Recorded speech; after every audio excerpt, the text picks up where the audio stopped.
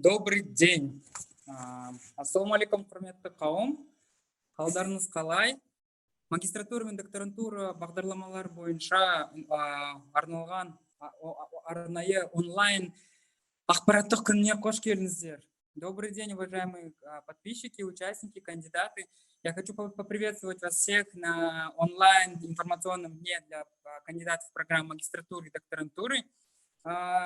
До того, как мы начнем, я хотел почитать пару комментариев, чтобы знать, кто откуда приехал, с каких городов нас прослушивают и какие программы вас интересуют. Да?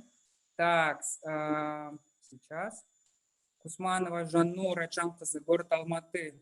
Привет городу Алматы. MBA. Тарас, Data Science. Таразға мың сәлем. Василенко Сергей, город Тарас, SSH. Окей. Примерно мы вот будем здесь в чате видеть, кто откуда, с каких городов, чтобы Кикибаев Дархан, Астана, PhD по физике. Здравствуйте, Дархан. Сегодня, во время нашего мероприятия, вообще цель данного мероприятия, чтобы помочь тем кандидатам, у которых еще остались вопросы, до того, как закончится онлайн-регистрация, закрыть все эти вопросы. То есть сегодня наши студенты, выпускники, сотрудники, профессора будут рассказывать по поводу наших академических программ, студенты будут рассказывать про свои опыты поступления, советы, которые у них есть.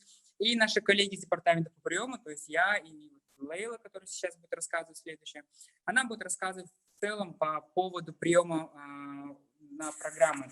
Каким образом можно подать документы, зарегистрироваться онлайн и получить оффер от Назарбаева университета. Вкратце рассказать про сегодняшний день, то получается, сегодня у нас будет около 10 сессий. Каждая сессия будет длиться по 30 минут, то есть 20 минут будет длиться сессия и 10 минут будет на все вопросы и ответы. Все вопросы и ответы во время сессии вы можете пока писать, потом во время выступления спикера. После того, как спикер закончит свое выступление, мы будем давать ему 10 минут на то, чтобы он отвечал на эти вопросы. Все вопросы я буду вычитывать, и мои коллеги, которые сейчас находятся здесь в Zoom, Лаура, Лейла, Нуртулек, Асель, Арман, и они в Zoom и на YouTube будут отвечать, помогать мне отвечать на все вопросы. Сегодня во время презентации все представители школ, школа инженерии и цифровых наук, Центр карьеры и профориентации, Высшая школа бизнеса, Высшая школа образования, все коллеги будут представлены и будут рассказывать про свои программы, поэтому если будут какие-то вопросы, просим вас писать в чате. Лейла, здравствуйте. Добрый день, Нурхан. Я надеюсь, меня слышно, меня видно. Хорошо. Сейчас я хочу представить мою коллегу Лейлу. Лейля Негимова является старшим менеджером департамента по приему. Сегодня расскажет, как можно поступить на программы магистратуры, докторантуры. И после нее с нами будет Йernur Orakbayev, студент программы «Финансы», который расскажет про свой опыт поступления на программу и в целом про обучение в Назарбаев университете. Лейла, тогда я закрываю свою камеру, отключаю микрофон. Все, Zoom ваш. Спасибо большое.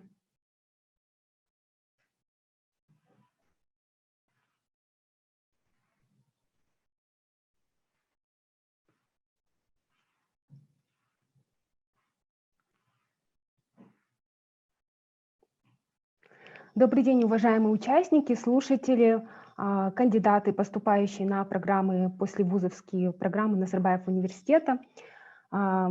Сегодня я вам кратко расскажу, как поступить к нам в ВУЗ. Вы уже наверняка многие в процессе подачи документов на наши программы, поэтому я буду больше акцентировать внимание на то, чтобы, какие у вас есть вопросы по поступлению, на них ответить. Как вы знаете, университет был создан в 2010 году по инициативе первого президента Республики Казахстан Нурсултана Абишевича Назарбаева. Год основания, языком обучения университета является английский язык, и наш университет, он получил исследовательский статус, то есть мы помимо подготовки бакалавров, магистрантов, докторантов.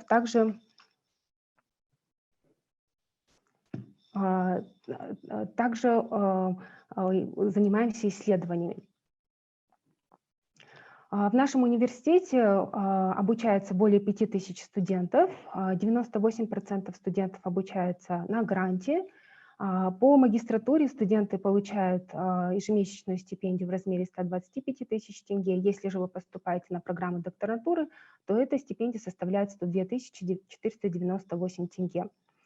Почти 80% студентов, они проживают у нас на кампусе. В университете у нас представлены следующие школы. Это школа инженерии и цифровых наук, школа естественных, социальных и гуманитарных наук, школа горного дела и наук о земле, школа медицины, высшая школа бизнеса, высшая школа государственной политики, а также высшая школа образования. Под школами мы подразумеваем факультеты. Все эти 7 школ, они предлагают огромный спектр программ по магистратуре, а также докторантуре. По магистратуре у нас в общем 29 программ магистратуры и 15 программ докторантуры. Также имеется программа резидентуры и программа доктор медицины. Единственное, здесь высшая школа бизнеса, она не предлагает программу по докторантуре. Также, помимо этого, у нас есть программа подготовительный год программы магистратуры. По-английски звучит Nazarbayev University Zero Year Program. Данная программа нацелена на тех кандидатов, у которых английский язык, к сожалению, не соответствует требованиям магистратуры. То есть программа нацелена на повышение уровня английского языка, а также ваших навыков и знаний по развитию научно-исследовательских, коммуникативных и других навыков. Это двухсеместровая программа. После окончания данной программы, если вы набираете соответствующую оценку, баллы, то вы уже проходите на основную программу магистратуры. Для поступления на программу НУЗИП, значит, по требованиям IELTS требуется общий балл 5,5, допускается в одной секции 5,0. Если же вы поступаете на программу магистра гуманитарных социальных наук в области политологии и международных отношений, либо же в области евразийских исследований, соответственно, общий балл IELTS должен быть не менее 6,0, в одной секции допускается 5,5. В школе инженерии и цифровых наук представлены следующие программы магистратуры. Я прочитывать не буду. Единственное, хочу сказать, что сейчас у нас идет регистрация на программу магистратуры до 12 мая. В основном идет. И на новые программы докторантуры у нас регистрация завершается 1 июня 2020 года. В школе инженерии и цифровых наук у нас есть новые программы докторантуры. Это компьютерные науки, механическая инженерия, робототехника, строительная инженерия, химическая инженерия, а также электротехническая инженерия. Следующая школа – это школа естественных, социальных и гуманитарных наук. Представлены следующие программы по магистратуре. Это евразийские исследования, политология и международные отношения, экономика, биологические науки и технологии, химия, физика, прикладная математика. В этом году также мы запустили новые программы по докторантуре. Это физика, математика и наука о жизни. В школе горного дела и наук о земле у нас есть и программы магистратуры и докторантуры. Это горный инжиниринг и нефтегазовое дело. В школе медицины у нас 4 программы магистратуры: общественное здравоохранение, молекулярная медицина, фармакология и токсикология, спортивная медицина и реабилитация. Есть программа докторантуры по биомедицинским наукам и программы доктор медицины, а также программы резидентуры. В высшей школе бизнеса у нас представлены программы бизнес-администрирования для руководителей и есть программа по финансам. Государственная политика и государственное управление представляет Высшая школа государственной политики, и докторантура есть по государственной политике. В Высшей школе образования представлены программы по магистратуре управления образованием, по направлениям высшее образование, среднее образование, а также инклюзивное образование. Также есть программа по полиязычному образованию и докторантура в области образования. Так как же выглядит процесс подачи документов? После того, как вы выбрали программу, на которую вы собираетесь подавать, вам необходимо будет зайти к нам на наш сайт www.admissions.mu.edu.kz для создания личного кабинета. Вы заполняете аппликационную форму по выбранной программе и прикрепляете необходимые документы. И в конце оплачиваете регистрационный взнос и нажимаете кнопку «Submit». Требования к поступлению в программу магистратуры. Первое, необходимо заполнить онлайн-анкету. Второе, прикрепить удостоверение личности, либо паспорт. Далее мы требуем диплом бакалавра, либо магистра. Если вы поступаете на программу докторантуры, то, соответственно, диплом бакалавра и магистра. Если же вы учитесь на последнем курсе обучения в университете, то вы представляете текущий транскрипт, если вы обучаетесь на 4-м либо на 5-м курсе. Следующий документ – это сертификат, подтверждающий ваш уровень английского языка. Сертификат IELTS либо TOEFL. Требования по IELTS и TOEFL у нас по программам разнятся, то есть в основном это от 6,5 до 7 баллов. Если же вы обучались в зарубежном вузе, где официальный язык был английский язык, либо закончили программу с английским языком обучения, то вы освобождаетесь от предоставления IELTS или TOEFL. Далее прикрепляете резюме. На некоторые программы мы также требуем предоставления стандартизованных тестов. Это GRE, GMAT, MCAT, UCMLE, IFOM. То есть это в зависимости от программы. Далее вы прикрепляете письмо обоснования, где вы полностью указываете, почему вы подаете на данную программу, где вы себя видите, почему вы выбрали именно эту программу. И это все вы аргументируете в своем письме. И следующее – это 2-3 рекомендательных письма, тоже в зависимости от программы. В онлайн-анкете вы указываете контактные детали ваших рекомендателей, как зовут человека и его электронную почту. После того, как вы нажимаете кнопку «Submit», вашим рекомендателям уходит ссылка от Nazarbayev University, и у рекомендателя есть две опции. Если вы предоставили корпоративный email, то, соответственно, он выбирает опцию по заполнению онлайн готовой формы, рекомендательной формы. Если же вы указали личный email вашего рекомендателя, соответственно, он оформляет рекомендательное письмо на бланке с подписью и печатью. В связи с тем, что сейчас в стране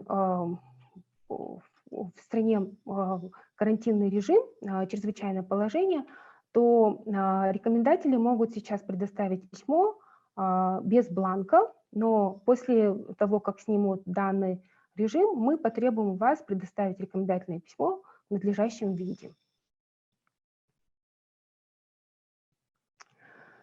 И есть у нас обновленные требования к поступлению на программу магистратуры и докторантуры в период COVID-19.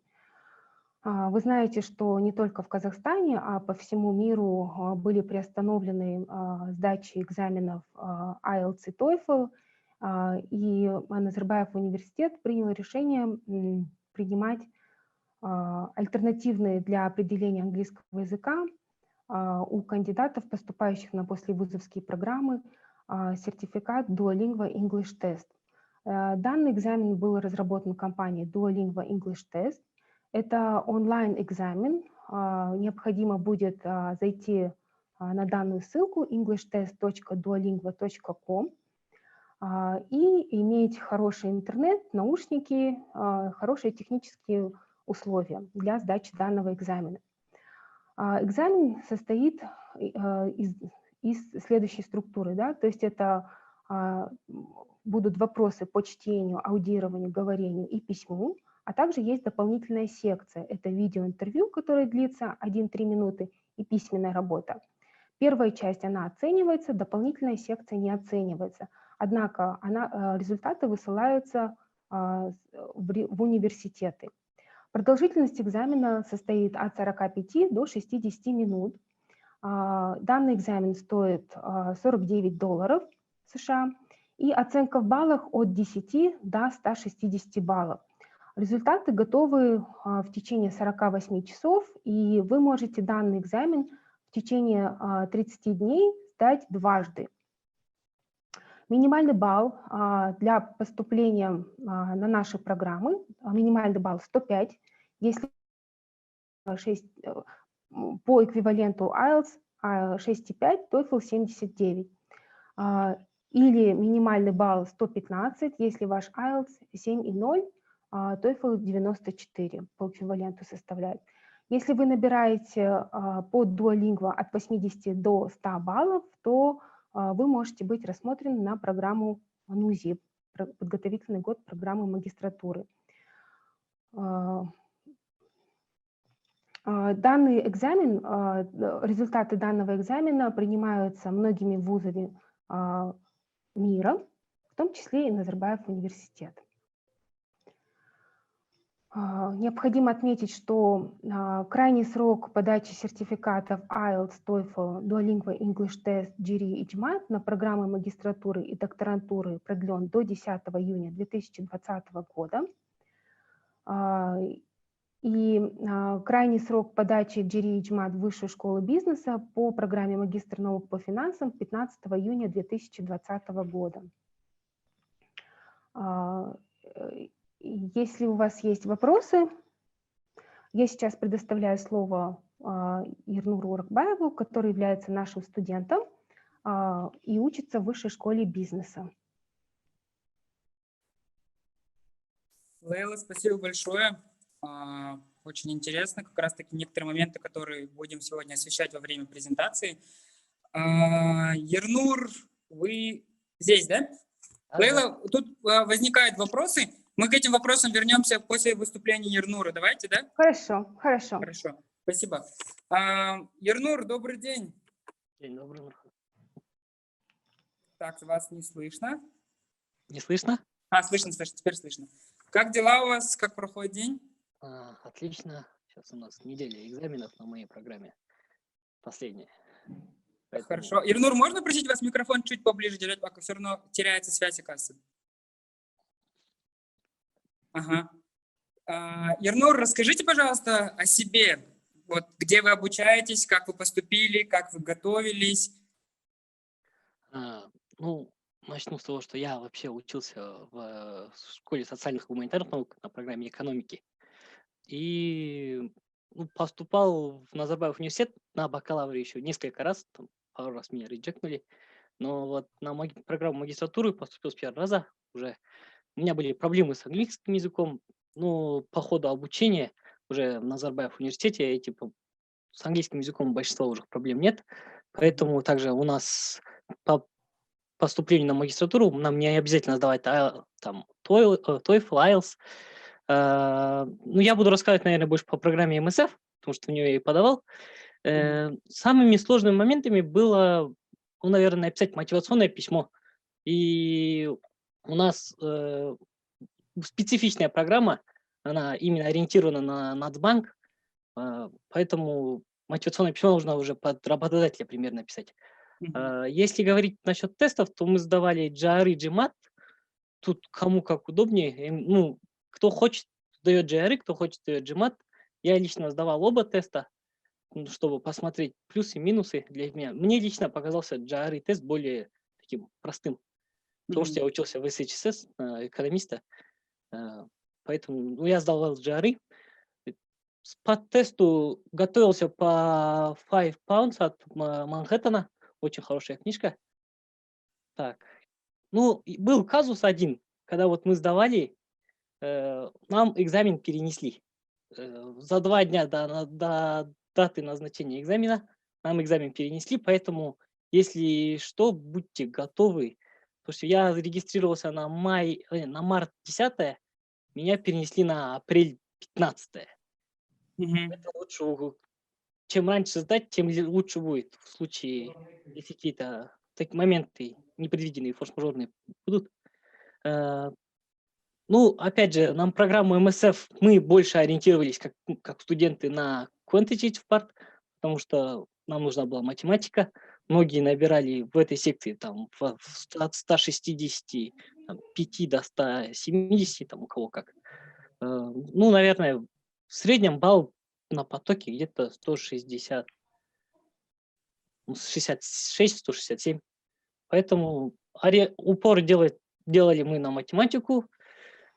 В целом, ну, к тесту готовиться нужно примерно месяц в идеале. Чтобы его не пересдавать, тест обошелся в $205, кажется, насколько я помню. Поэтому, ну, и это проблемы были наши, как МСФ студентов. У MBA студентов они другие, у них там и тесты более предназначены другие. Они сдают GMAT больше, потому что им больше на ориентир нужен на GMAT. Так. Хорошо. Всё. Ну, наверное, примерно так. А как обучаться в Назарбаев университете? Ну, здесь куча возможностей, поэтому вы можете спокойно там заниматься исследованиями. Если у вас есть возможность, можно заниматься учебой. Что еще?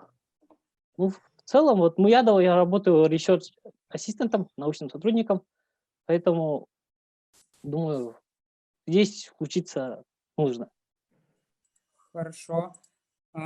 Подскажите, пожалуйста, какие у вас планы после окончания? Ну как, я вот сдавал недавно TOEFL, чтобы поступить на PhD-программу. Я вот как по работе занимаюсь исследованиями и думал поступать уже на программу PhD. PhD финансов у нас нету, но есть PhD, допустим, в экономике той же, наверное, если я не ошибаюсь. Но я собираюсь за границу попытаться. Но если так, ну, моя программа ориентирована больше на специалистов-практиков. Большая часть студентов пойдет в Национальный банк работать. Вот, поэтому тут уже кому как. Хорошо. Я напоминаю, что Yernur Orakbayev, он является студентом программы «Финансы». Сейчас он, получается, в этом году он заканчивает программу. И особенность этой программы, что для поступления и обучения на этой программе, это единственная программа, где обязательным является сдача сертификата GRE и GMAT. Так, теперь, может быть, какие-то советы у вас, Yernur, есть для кандидатов, которые еще подают? Ну, если реальный совет, то подавать можно как можно раньше. Чем раньше вы подадите, тем больше вы будете, как сказать, стараться сдать все в сроки. Потому что многие у нас оттягивали эти моменты. Оттягивали и, допустим, опять же, в форс-мажорных обстоятельствах что-то не успевали. Допустим, я когда поступал на бакалавриат, у меня тоже была эта проблема. Я пытался как можно позже сдать документы. Ну, не был готов, наверное, тогда. Но если сейчас, то готовиться основательно. Также, если даже есть возможность сдать тесты несколько раз, лучше сдавать их с одного или как максимум со второго раза. Мне приходилось некоторые сдавать тесты по 2-3 раза, потому что я поступал 2 года. Поэтому тут точно подготовка нужна больше. Хорошо. Спасибо большое, Yernur, за уделенное время. Сейчас, Лейла, вы здесь? Да, я здесь. Да, давайте тогда перейдем к вопросам. Yernur, если вы хотите, вы можете пока присутствовать. Если нет, то спасибо большое за участие. Все, хорошо. Если будут вопросы по моей программе, отвечу. Также, Хорошо. если есть какие-то конкретные вопросы по программе МСФ, можете написать мне на почту. Я буду рад ответить, поделиться, возможно, некоторыми ресурсами, которые сейчас актуальны, если они еще актуальны. Поэтому все, спасибо, Нуркхан. Хорошо, все, спасибо большое. Лейла, к вам вопросы. Тут мы, получается, с Лаурой, с моей коллегой попытались уже на некоторые ответить. По поводу сроков регистрации. 12 мая на почти все программы, 1 июня на программы докторантуры, и для программ Высшей школы бизнеса они еще отличаются, да, чуть-чуть? Да. Так. На новые программы докторантуры регистрация идет до 1 июня, и у Высшей школы бизнеса регистрация на программы там по-разному. Да? То есть если вы подаете на магистратуру по финансам, это до 29 мая.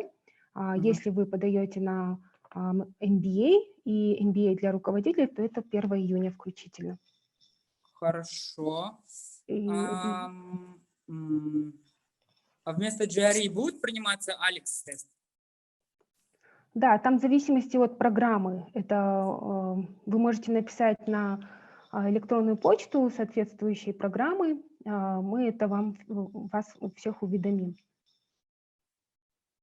Хорошо. Здесь были вопросы по поводу рекомендательных писем. Рекомендателями могут выступать ваши преподаватели, либо, если вы работаете, это могут быть также ваши коллеги, то есть люди, которые знают вас хорошо. Подскажите, вопрос еще такой поступил. Duolingo-тест принимается как временное решение в качестве подтверждения знания английского языка?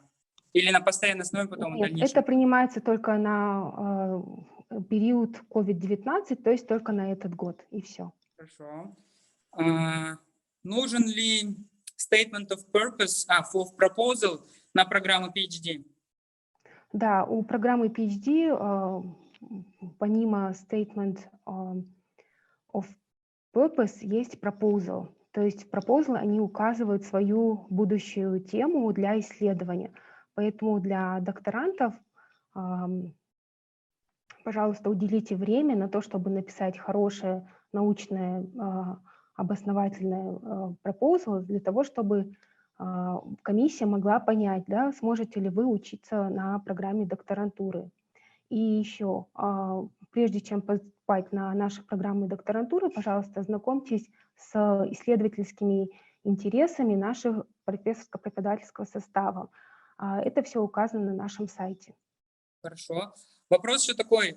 Насколько смежными должны быть специальности бакалавриата на программу магистратуры и докторантуры? Вы знаете, в силу того, что часто бывает так, что вы оканчиваете одну специальность по программе, да, и работаете уже в другой сфере, поэтому иногда ваша, допустим, программа магистратуры, она может отличаться от программы бакалавриата. Естественно, вы это все аргументированно пишете в своем письме обоснования, почему вы поступаете на программу магистратуры. Если же это смежные специальности, то это, как бы вы сами понимаете, что программы магистратуры, в основном, которые представлены в Назарбаев университете, они есть смежные, поэтому это, наоборот, плюс. Хорошо. Подскажите, пожалуйста, предусмотрен ли у вас late submission? Я так понимаю, что это про раунды, которые у нас есть. У нас, получается, до 16 февраля был первый период при подаче документов, онлайн-регистрации, а сейчас идет второй период. Для Высшей школы бизнеса у них есть свои там 3 раунда, есть свои даты. Все верно, да. Ну, в основном, можно ли учить психологию, если такая школа есть? У нас нету, к сожалению, специальности психологии. Первый. В связи с пандемией я скинул транскрипт без подписи и печати, так как сейчас это не является возможным. Можно ли как-нибудь докинуть этот документ уже в полностью оформленном? Да, в связи с тем, что скоро снимут карантинный режим, вы можете предоставить правильно оформленный документ. Но сейчас мы будем рассматривать, то есть в электронной версии, то, что у вас есть.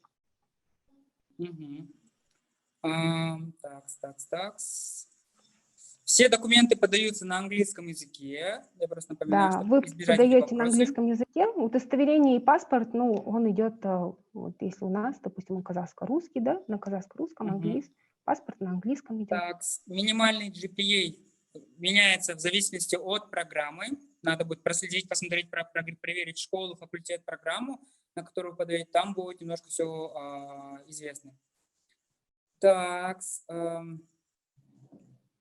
если университет выслал бланк для рекомендательного письма, но бланк без печати номера, но профессор заполнила письмо на этот бланк и подписала, It's okay, я уже после карантина в универе поставить печать, номер на бланк. Но если это корпоративная почта, то мы принимаем без подписи и печати, да? А если же это личный имейл, то, соответственно, необходимо будет потом, позже оформить. Мгм. А На самая бланке. ближняя специальность к психологии, какую-нибудь подскажете, вот, кандидат? Но это зависит от того, в какой сфере человек работает. Это может быть и консалтинг, да, ну вот различные сферы. Поэтому это нужно смотреть. У каждого человека индивидуально выстраивается карьера, поэтому Мгм. рекомендовать не могу вам. Хорошо. Так, спрашивают по поводу PhD in Education. Для даты регистрации последний день будет 12 мая. Я быстро отвечу на этот вопрос. Есть ли шаблон или регламенты для proposal для докторантуры? Ну, прям такого шаблона нету, но вы можете Google в помощь, да, обычно пишут гипотезу, как вы будете методологию, да, допустим, валидность своих результатов, как вы это будете представлять. Мгм. То есть это необходимо будет прописать. Ну, еще тоже большая просьба в связи с тем, что уже через несколько дней завершается регистрация на программу магистратуры. Очень просим вас не откладывать на последний день, а делать вовремя, сегодня, завтра. Вот.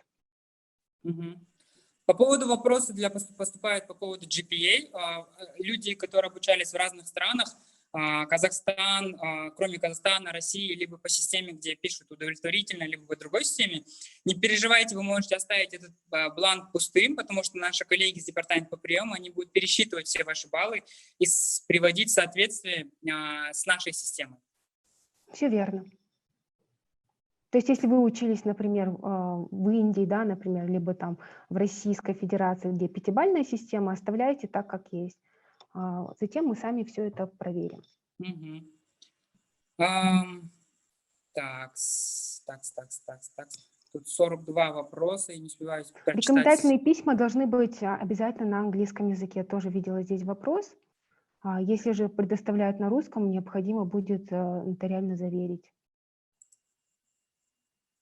Хорошо. Так, сори, тут небольшие заминочка большая. Смогу ли я заскринить оценки с вкладки «Транскрипт» с портала университета, так как прямо сейчас не могу взять транскрипт? Ну, личный кабинет наверняка есть. Сейчас же многие университетов есть. У студентов есть свой личный кабинет на сайте, поэтому они могут оттуда сгенерировать свои оценки. Хорошо. Я буквально пару вопросов, наверное, зачитаю, чтобы осталось, да? На остальные вопросы, если что, будем отвечать в чате. Хорошо. На общую медицину могу ли поступить? Я обучалась на общей медицине. Могу ли поступить к вам на резидентуру? На резидентуру, да, можете поступить. Только, пожалуйста, посмотрите, да, требования по программе резидентуры. По регистрации по программам резидентуры до 29 мая. Хорошо.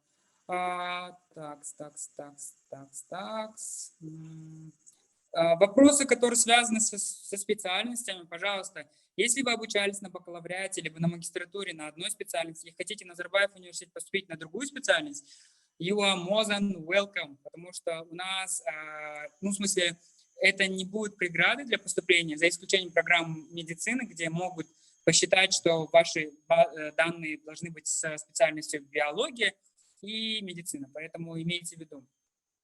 В принципе, сейчас давайте последний, наверное, вопрос. По поводу Duolingo English Test. Сроки по Duolingo, они какие? Тоже 12 мая или как-то по-другому они будут делаться? Нет, смотрите, вы когда заходите на сайт Duolingo, вы создаете личный кабинет. Обязательно, прежде чем сдавать любой экзамен, пожалуйста, подготовьтесь. Ресурсы есть на сайте, так как этот экзамен, он отличается от IELTS и от TOEFL, да. После того, как вы подготовились, вы можете сдать. Необходимо иметь хороший интернет, наушники, чтобы связь была хорошая. И ваши результаты, они сертифицируются в течение 48 часов. Да? То есть спустя 2 суток у вас эти результаты есть. И вы при отправке можете указать Назарбаев университет, то есть куда направлять результаты, вы это указываете. Хорошо. Если же вы, например, как бы недовольны своими результатами первыми по Duolingo, вы можете в течение 30 дней дважды можно сдать данный экзамен. Последний срок подачи – это 10 июня. Лейла, я хочу поблагодарить вас. Спасибо вам большое за то, что вы рассказали. Пока можете, если что, вернуться, посмотреть в чате вопросы, на некоторые поотвечать, потому что мы не покрыли все вопросы. Спасибо большое. Вам спасибо большое, Нуркхан. Да, я напоминаю остальным, кто сегодня здесь на связи, то есть, да, у нас для тех кандидатов, у которых сертификаты IELTS отсутствуют, либо с маленьким баллом, мы, Назарбаев университет, разработал первое, это НУЗИП программа, подготовительный год программы магистратуры, и также мы сделали Duolingo English тест для тех, у кого нет IELTS и сертификата TOEFL. Я бы хотел поприветствовать мою коллегу Гайни Исимбекова, старший менеджер департамента Центра карьеры и профориентации. Сегодня Гайни расскажет вам по поводу студентов, выпускников и текущее положение занятости наших выпускников. Гайни, здравствуйте, как у вас дела? Здравствуйте, рада приветствовать всех. Меня слышно? Отлично выглядите, вас слышно отлично. Спасибо огромное. Да. Ну, как говорится, the floor is yours, да, Zoom передаю вам, камеру отключаю, звук отключаю, может, ваше время пошло. Напоминаю, что коллеги будут отвечать, помогать вам с вопросами и ответов в чате. Спасибо. Включите мне, пожалуйста, мне надо продемонстрировать, да, экран. Здесь пишут, что организатор отключил демонстрацию экрана участников. Секунду, сейчас. Да, у меня есть презентация, специально подготовленная для сегодняшнего вебинара. Я вам включил, можете посмотреть. Хорошо. Так, сейчас, секундочку.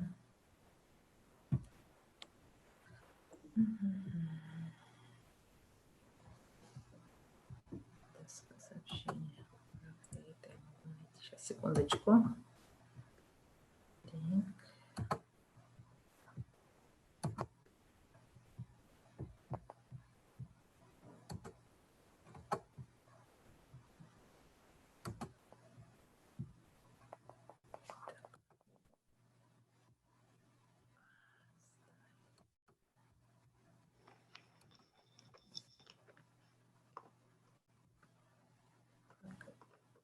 Специально уж приготовила на рабочем столе, и тем не менее, сейчас, секундочку, прошу прощения за заминку. Так, вот моя презентация.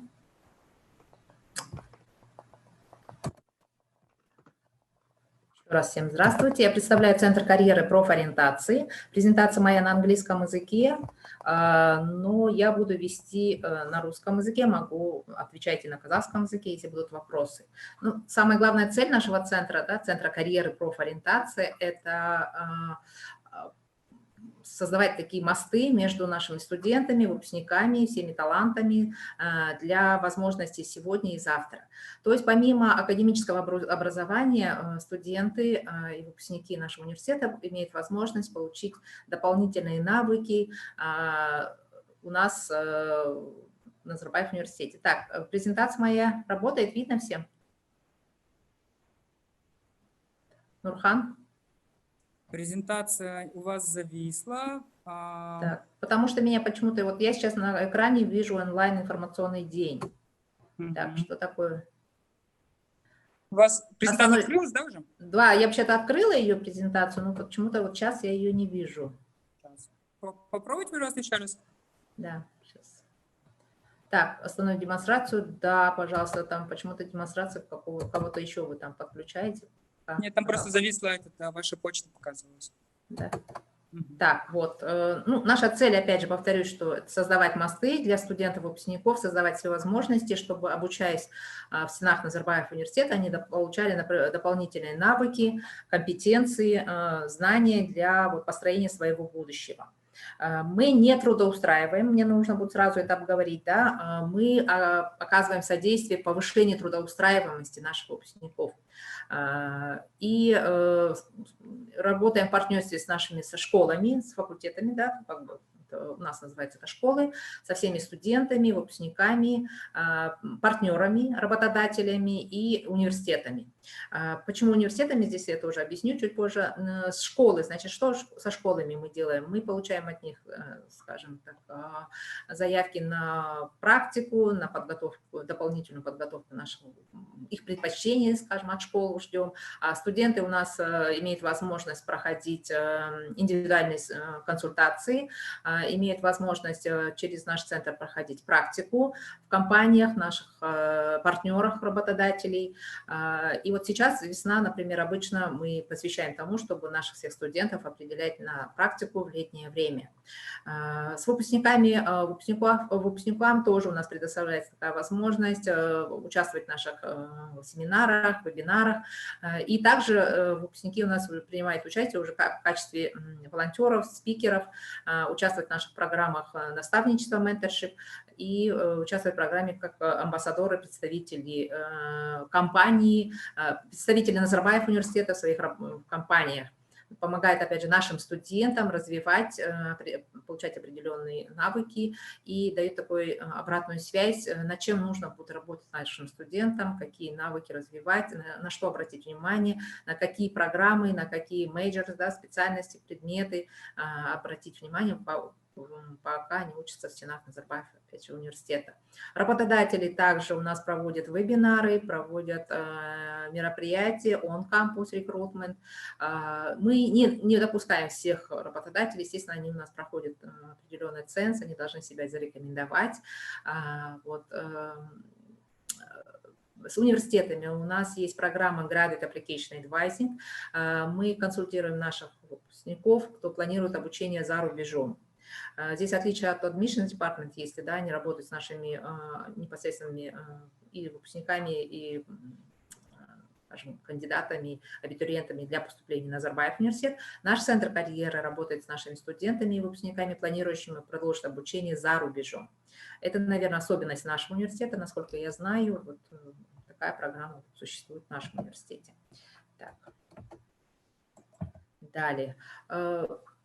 Программа, да, повышения трудоустраиваемости наших студентов – это обширная программа. Если вы обратите внимание, у нас есть, в общем, да, наши цели – это для тех, кто ищет работу, желает после завершения трудоустроиться, определенные прям программы для развития их навыков. Для тех, кто планирует открыть бизнес, тоже новшество – это 19-20 года. У нас запущены программы, специальные курсы для Entrepreneur Development Program, Future Ready Skills. Это все для тех, кто планирует открыть бизнес. У нас очень многие ребята после завершения, даже обучаясь на Назарбаев университете, открывают свои стартапы. Вот, и явление времени коллегами нашего центра была разработана такая специальная программа, опять же, с помощью наших коллег, работодателей и помощи наших faculty, да, ППС со школ. И для тех, кто планирует дальше обучение за рубежом, как я сказала, у нас есть программы Graduate Application Advising, проводим индивидуальные консультации, проводим вебинары, приглашаем, допускаем даже, можно сказать, вузы, зарубежные вузы, которые бы хотели делать рекрутмент у нас на Назарбаев университете. Не все, опять же, вузы имеют доступ, у нас здесь есть определенный ценз. Дальше я, конечно, остановлюсь и расскажу, в каких университетах наши учатся ребята и в каких компаниях в основном представлены. Так, ну и, естественно, большой акцент мы делаем, опять же, повторюсь, на выпускников. Очень стараемся налаживать эту связь, чтобы выпускники могли всегда прийти, рассказать, поделиться своим опытом и помочь нам развивать наших студентов. Самое, наверное, главное – это помощь в развитии наших студентов, то, что мы ждем от выпускников. Так. Здесь есть ли вопросы у участников сегодняшней встречи? Я готова ответить, пока дальше не перешла.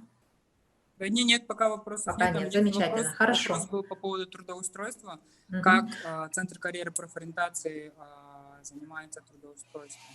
Ну, сейчас я хотела бы остановиться на цифрах, да, потому что сегодня у нас, я так понимаю, больше акцент на абитуриентов, которые поступают на программу магистратуры, докторантуры. Вот здесь наши цифры. Это количество всех выпускников с 15 по 19 год включительно. У нас завершили обучение 3584 выпускника. Из них по программе магистратуры 1187, PhD 18 человек. Бакалавриат не буду останавливаться. Ну и вот из общего числа, из 100% у нас 33, то есть треть представляют выпускники магистратуры и докторантуры. Такая вот информация. Да? Дальше.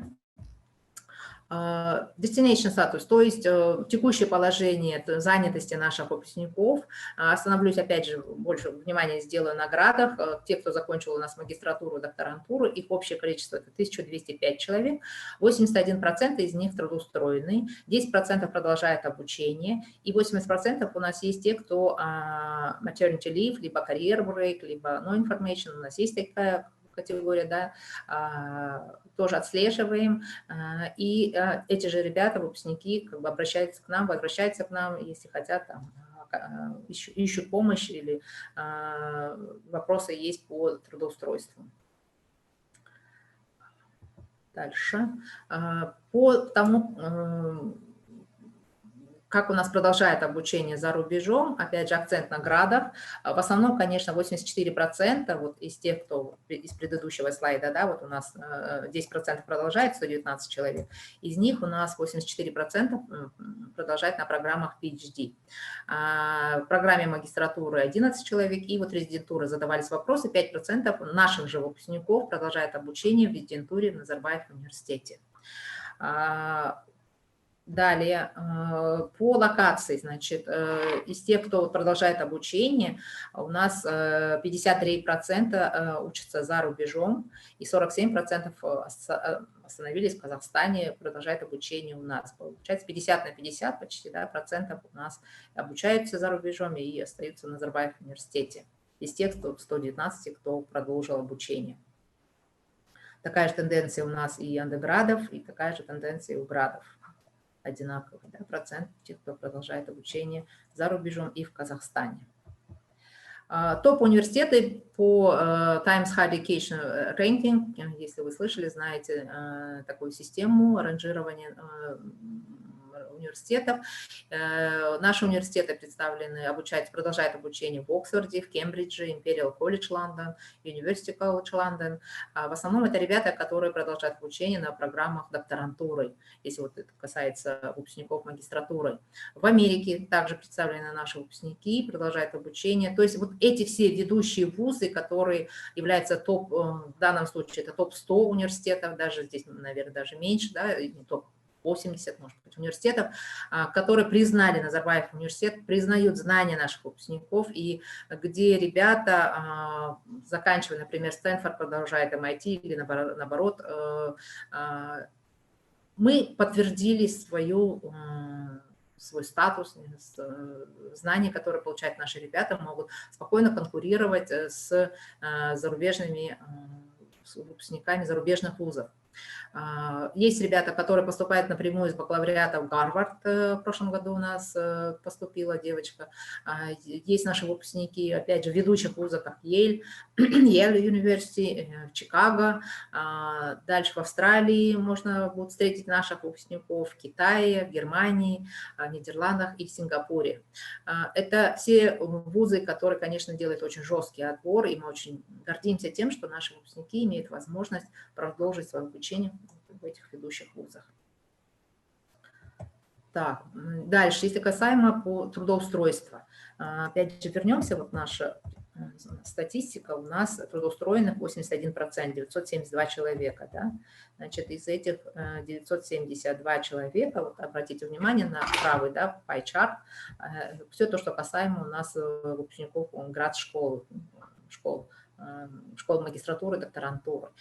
Большинство, на 44%, в сфере образования и науки. Это у нас выпускники в основном школы образования, GC, GCPP, и продолжают они в своей сфере, в сфере образования и науки. Здесь я должна подчеркнуть конкретно насчет трудоустройства. Почему у нас такое получается? Да? Студенты программы магистратуры, докторантуры у нас в основном двух категорий. Есть выпускники, которые заканчивают бакалавриат и напрямую поступают в магистратуру, докторантуру. Есть выпускники, которые работают где-либо, да, и по рекомендации, вот сейчас вы сами, я слышу, да, готовите, ищете рекомендации от своих работодателей, поступает к нам по рекомендации своих работодателей, либо которые в ожидании повышения, карьерного роста, им необходимо получить получить образование в магистратуре, к нам поступать. Поэтому две категории. Есть категория direct, да, который сразу после бакалавриата продолжает, и есть категория, которая с опытом работает. И вы знаете, наверное, здесь большой плюс то, что обучаясь на нашей программе, ребята молодые после бакалавриата имеют возможность общаться с mature, да, с студентами, которые имеют опыт работы. И здесь уже сразу складывается такая коллаборация, обмен опытом, обмен знаниями и создание таких определенных тимов, да, команд, которые вместе потом могут двигаться дальше. И обычно наши магистры приглашают наших студентов, выпускников бакалавриата, потому что они уже говорят на одном языке, они понимают друг друга, у них один и тот же vocabulary, да, и одни и те же профессора, интересы даже, пока обучаясь 2 года, они, конечно, сплачиваются. И здесь нас это импонирует, что складывается такой комьюнити наших выпускников. Вот еще раз повторюсь, значит, большинство это сфера образования и науки. Дальше в производстве у нас 11%, финансы 14%, потому что школа бизнеса у нас есть программа, да, Master of Finance, и многие из них, заканчивая, работают в Национальном банке, в сфере аудит, банковской сфере. Поэтому наши выпускники вот представлены в таких индустриях. Значит, healthcare, все наши выпускники школы медицины 5%, oil and gas 3%, на госслужбе 7%, IT-сфере 5% представлены наши выпускники, construction 2%. Так. Здесь нет вопросов? Я просто не вижу комментарии. Нет, пока вопросов нет. Хорошо, замечательно. Дальше. По локации. 94% наших выпускников магистратуры, 98%, извините, находятся в Казахстане, продолжают работу в Казахстане, и 2% за рубежом. Из тех вот 972 выпускников, которые выпустились с программы магистратуры, докторантуры наших высших школ. 98%. Наши партнеры, компания, где представлены наши выпускники, компании, которые работают с нами и развивают наших студентов, проводят вебинары, проводят определенные ивенты, приглашают на филд-трипы, показывают, имеется в виду свои компании, свои организации, заводы и так далее, производство нашим студентам. Это Шлюмберже, это Касцинг, Билайн, Карачаганак. Конечно, в западном регионе очень много наших выпускников. Несмотря на то, что Oil and Gas у нас программа буквально вот с прошлого года, но с первого года, вот 2015 года наш выпуск выпускников школы инженерии, Mechanical Engineering, Computer, Construction Engineering, Civil Engineering, извините, очень хорошо трудоустраивается и в сфере Oil and Gas, например, в сфере энергетики. Поэтому, в принципе, вот в данном случае представлены компании, которые являются нашими прямыми партнерами, уже зарекомендовавшими себя, и у которых наши выпускники довольно успешно уже делают карьеру. Как вы видите, здесь есть и консалтинговые компании ведущие, да, и госсектора, образование. Непосредственно, конечно, нашим партнером, большим партнером является НИШ, потому что многие выпускники, сотрудники, преподаватели НИШ у нас продолжают обучение в магистратуре, возвращаются в свои школы и получают такой карьерный рост в своей системе. Естественно, это не все компании представлены, мы здесь даем только тех, кто самые крупные, зарекомендовавшие с 2015 года, кто с нами сотрудничает. Так, ну, в принципе, у меня все. Если будут вопросы, буду рада ответить. Да, Гани, вопрос такой был по поводу трудоустройства. Вот вы в презентации сказали, что Центр карьеры профориентации не трудоустраивает, но оказывает содействие, да? Да. Ага, вот. Вы знаете, всегда зависит, мы как equipment, да, вот как наделяем, наверное, наших студентов, выпускников определенным багажом, определенными знаниями, навыками, чтобы они за пределами университета могли уже строить свою карьеру, потому что мы не трудоустраиваем, мы как бы нет такого определять, скажем так, заставлять идти в ту или иную компанию. Этого у нас нет. Но наши выпускники или студенты, пока обучаясь, вот, встречаясь с нашими работодателями, партнерами, которые приходят на территорию, на кампус и проводят свои вебинары, семинары, воркшопы, проводят какие-то ивенты, да, он кампус рекрутмент. Естественно, студентам дается возможность проявить себя. У нас есть очень замечательная программа, это симуляционное интервью, где непосредственно представители компании, HR приходят и проводят симуляционное интервью. И здесь студенты, очень много кейсов, когда студент, представляя себя, представляет свое резюме, через резюме и непосредственно общение с работодателями напрямую сразу же получает приглашение на работу, потому что приходят непосредственно HR сотрудники, и на симуляционное интервью, которое очень, скажем, такие востребованные, очень популярный ивент, у студентов есть возможность проявить себя, прощупать ту или иную компанию, узнать, услышать и непосредственно проявить себя. Вот, и поэтому возможности есть именно даже обучаясь в Назарбаев университете, наши студенты-выпускники получают. Вопрос такой, студенты не Назарбаев университета могут участвовать в таких мероприятиях?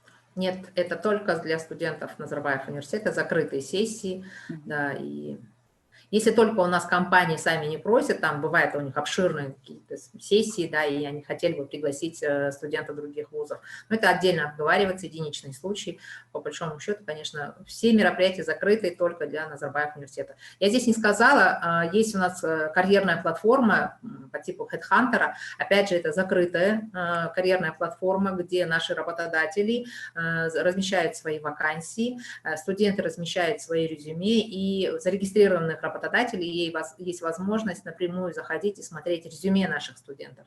Да, и у студентов есть возможность, опять же, подавать на те или иные вакансии. Мы со своей стороны наблюдаем вот эту тенденцию, какие есть вакансии, что востребовано. Сами тоже заполняем вакансии, которые направляют нам наши работодатели, коллеги, партнеры. Поэтому есть, опять же, это все закрыто только для студентов и выпускников Назарбаев университета. Хорошо. То есть я не совру, да, то есть о том, если скажу, что став студентом Назарбаев университета, у тебя появляется дополнительная возможность в облегчении вопросов трудоустройства, да? Да, все верно. Хорошо. Вопрос тут появился у ребят. Первый был вот по этому слайду. Почему в сфере констракшена, строительства так мало показателей, 2%?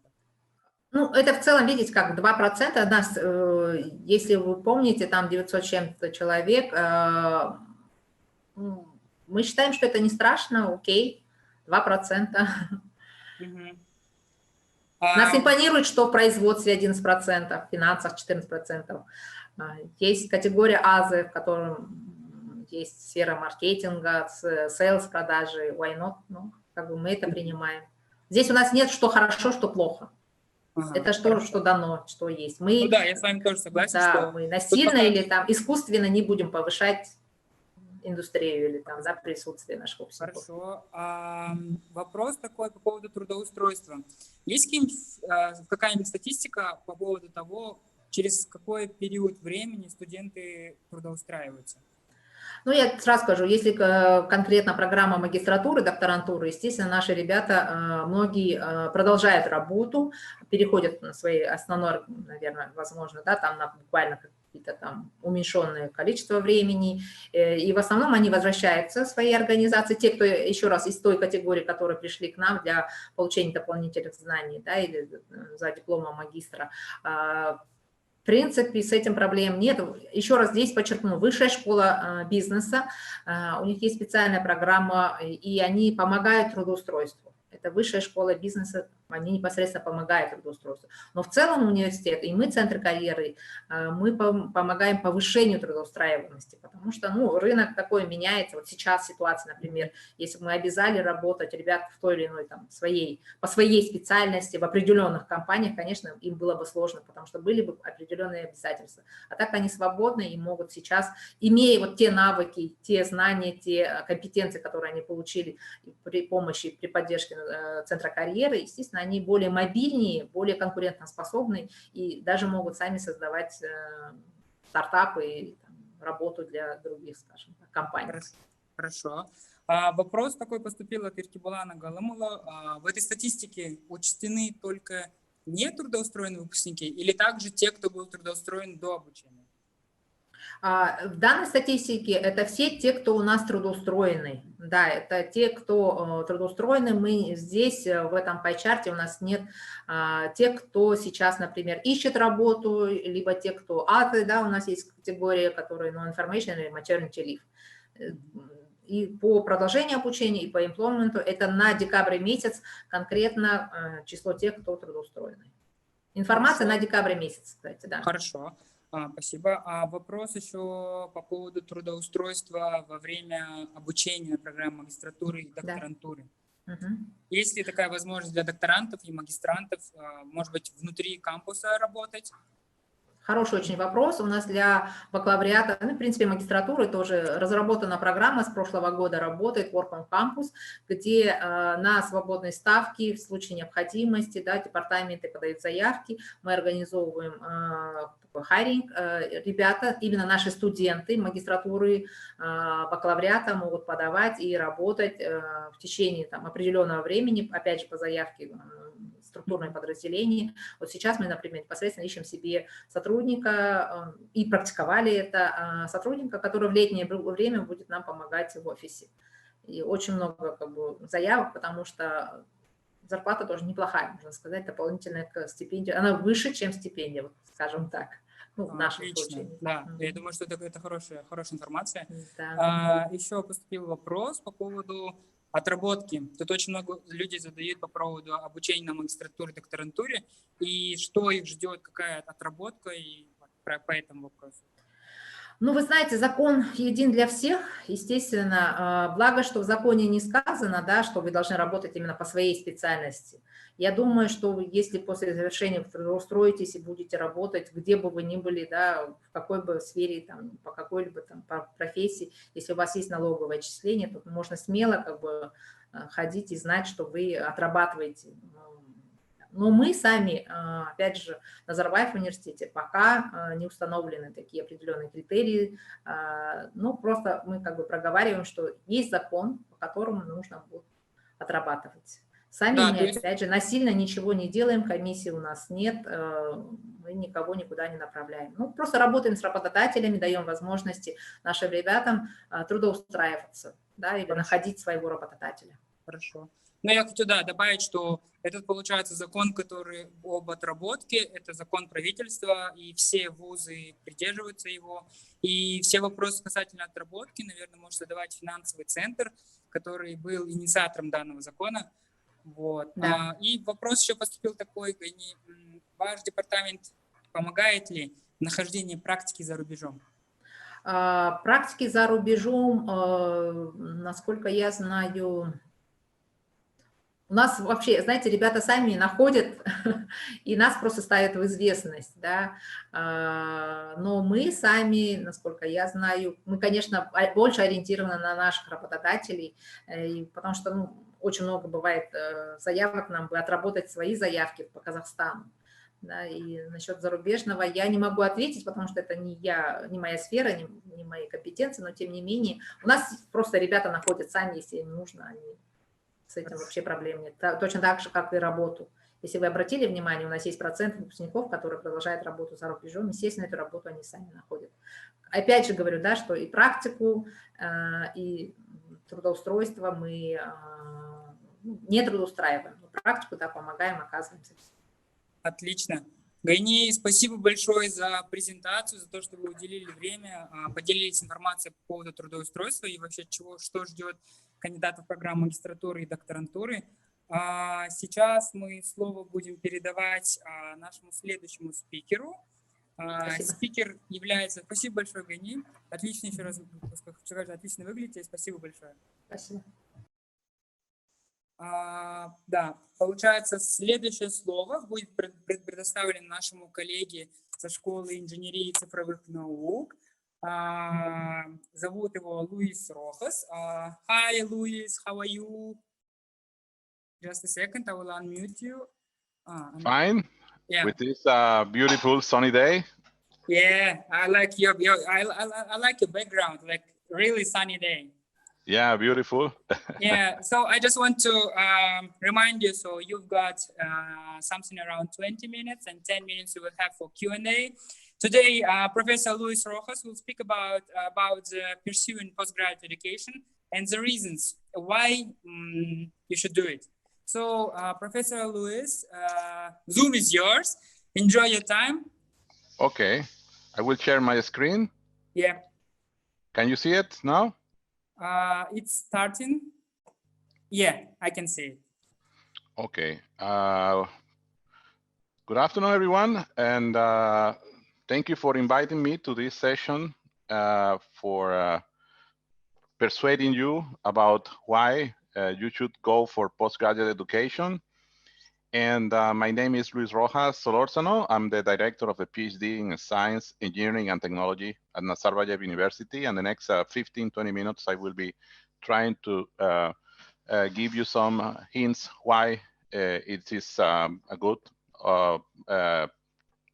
path for some of you. First, let's define what is postgraduate education. Essentially, is the degree that you pursue after obtaining a previous undergrad degree. And typically, we have within this category of postgraduate studies what are called masters and PhD or doctoral degrees. And masters typically might last between 1.5, 2 years, and PhD typically last for 3, 4, 5 years after the master is obtained. And these are kind of depending on case by case, and the PhD is very particular to every person. So let me give you some facts about what our applicants to Nazarbayev University think about going for postgraduate studies. In 2019, we did some surveys and we asked those applicants to the Nazarbayev University to give us some information about their motivation for pursuing higher education from the whole sense, bachelor, master's, or PhD. And we got very interesting results. About 90% of the respondents, they said that they wanted to be more educated people. So they feel that going for higher education will give them more education in the particular field. But as you may notice in the table here in this plot, also many of the applicants who responded our survey, which were more than about 64% of the applicants, they said also that they wanted to learn new things. And also they wanted to get a better job or a good job, and they want to have a career, and they want to make more money also was one of their motivations. But what is interesting also is that within this group of applicants who responded to the survey, 56% of them, they said they planned to continue for advanced degree. So even though they were applying for bachelor, they said they had in their minds the application for the master and PhD later on. And within this 56% of the respondents, we had that about 34% wanted to go only for the master's, and 22% wanted to go for the doctoral degree. So it showed us that Kazakhstanis and also international students applying to Nazarbayev University, more than 50%, they want already to pursue postgraduate studies. Let's try to understand what could be behind this wish and what is the logic of that. Then the first thing we will ask is why doing a master's? Well, first thing, it will increase your employability. It will give you more chances to be employable. And according to the US survey, they found that people who got higher education, bachelor degree, they have 2.5% of unemployment rate compared to 4 or 5% of those who don't go for higher education. But moreover, those who get the master's degree, they get 2.2% of unemployment rate, which is slightly less than bachelor. And those who go for doctoral degree, for example, they get about 1.5%. So the unemployment rate is much lower. But also the lifetime income increases with the level of education you get. So also this is true.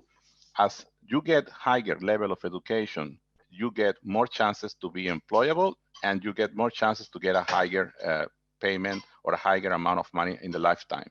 But more than that, more than the money or the employability, it gives you an enhancement of your skills among your peers at the bachelor level, that they share with you the same bachelor when you get the master's, but also it demonstrates that you are committed to the field that you are pursuing.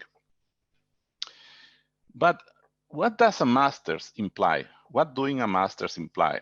Well, first, it implies a professional training. You get above the bachelor degree, you get some training much more in depth on a particular discipline, and it gives you some chances to get a progression in the industry. Many industries, they like people to progress after doing the master's, so they got much background training, but also it improves your chances to change from companies, to move around the industries. And also, since the masters are kind of similar everywhere around the world, in the good universities, of course, there is international recognition when you say, I have a master's degree in this particular discipline. Finally, some industries, and this is very important and very few people know about it, that many industries, they are able to cover their employees' tuition and assist them in paying their master's degree when the master can be done in the evenings, for example. Engineering disciplines, however, they are typically done on a full-time basis. What can a master's help me to do in these changing times? As we are living now, challenging times where there is artificial intelligence, machine learning things happening, clean technologies coming, environmental, climate change, and things happening. How a master's can help me to adapt to the changes that are currently happening? Well, first, it allows you to convert to new fields or sectors. For example, turning your career, your bachelor, into a attached discipline to a particular training areas like data scientist. So you can do, for example, a master's to become a data scientist, even though you are a bachelor in mechanical engineering or physics or mathematics or chemical engineering. But also you can go to software development. Software is something common in all disciplines nowadays. So the master can help you to go into that. Also, you can do a master's in medicine and healthcare, which are very hot areas nowadays. And now we have a COVID-19, and we know how important is medicine and healthcare. So you can do a master's to turn your career into that field. Also, you can work on planning and surveying, technology management. So the master's can allow you to convert your discipline, turn it into a trending area, and make you more employable and more effective in your actions. And now let's ask, what mental advantages or pros come with a master's? What do we gain in cognitive area? Well, it gives us intellectual reward. It helps us to practice our solving problem skills, for example, and it trains inquiring minds with passion that wants to find solutions to problems that are tackling now, that are now affecting the world, for example. But also it helps to those curious minds that are around to develop their curiosity by practicing solving problem skills. And these are typical cognitive pros that we expect from a master's. But what else can a master's do for us? What we can get through that? Well, another thing we can do with a master's is to prepare for even a higher level of education, which is PhD or doctoral level studies. And a PhD studies will let you gain much deeper knowledge about a certain discipline or subject, but also will let you contribute much deeper to the science and society by giving some new knowledge that helps developers to create new technologies to tackle current problems in the world. Also, doing the PhD will help you to have fun enjoying doing research for those who like doing research, and also will make you grow as an independent investigator, someone that can set up the problem by himself or herself and can pursue the whole analysis and solving the problem that he or she is facing. But where we can go with a PhD? What is the path of a PhD person after doing that? Typically, it takes you to research and development departments in industry or science. And something people don't believe, and it's so easy to understand, is that 50% of a PhD done at MIT, US, they go to the industry. So doing a PhD is not just to stay in the academy, which is one of the paths, or just staying in a laboratory, but also you can go to industries, because many industries, they have research and development. And countries like Kazakhstan, for example, who are growing and developing very fast, they will need a lot of research and development. So there is plenty of space for PhDs. Also, of course, to do the academic career. The PhD can help you to pursue an academic career and become a professor. In many universities around the world, it's common now to require a PhD level for any faculty in the entering level. Well, but let's say we go for the PhD and we find a good job. How a PhD empowers us? What is the power we get by being a PhD? Well, it will let us grow in the academia, becoming people, respectful people, by knowledge building, creating a new generation of researchers, for example. Also can help us to help the industry as expert advisors, and also, which is very important, help us to raise other younger people to grow in research and academia. Also, as the masters, the PhD helps you to develop even deeper problem-solving skills with much more intellectual rigor. And of course, when we are in a PhD, we have to publish papers, we have to present conference, we have to give talks like this one I'm giving you. So this allows you to develop further technical communication skills. And while you present papers in conferences and you work for proposals, you make networking with other scientists around the world. So this is very common for PhDs to have friends and colleagues who are working with them around the world. And finally, being a PhD allows you to have more chances to be employable and increases your lifetime income, as I said in the first slides. Now we should ask, am I a good candidate for a PhD or a master degree? Well, what are the typical good graduate candidate skills? Well, you should have a good research potential, which is typically described by curiosity. You know, you have to be someone who is asking questions constantly about matters that are important for society, for science. You have to be creative, and self-driven is very important. You have to be able to get few instructions and start working on your own. Also, you need to have some personal features like passion for what you're doing. Doesn't make sense to do a master's or a PhD if you don't really like the field where you are doing the PhD or a master. You have to be inspired. Typical inspiration comes from our former supervisors or advisors or father, mother, who did some studies before, and we see the inspiration they gave us as a way to move us forward. Also, we have to be committed to do the research attached to this work, because there are good and bad moments, and we have to be prepared to be perseverant, to continue. Even though we fall, we need to raise and come back again. So doing research is not a straight line path, but it has many draws and drops and falls and also raised up along the path.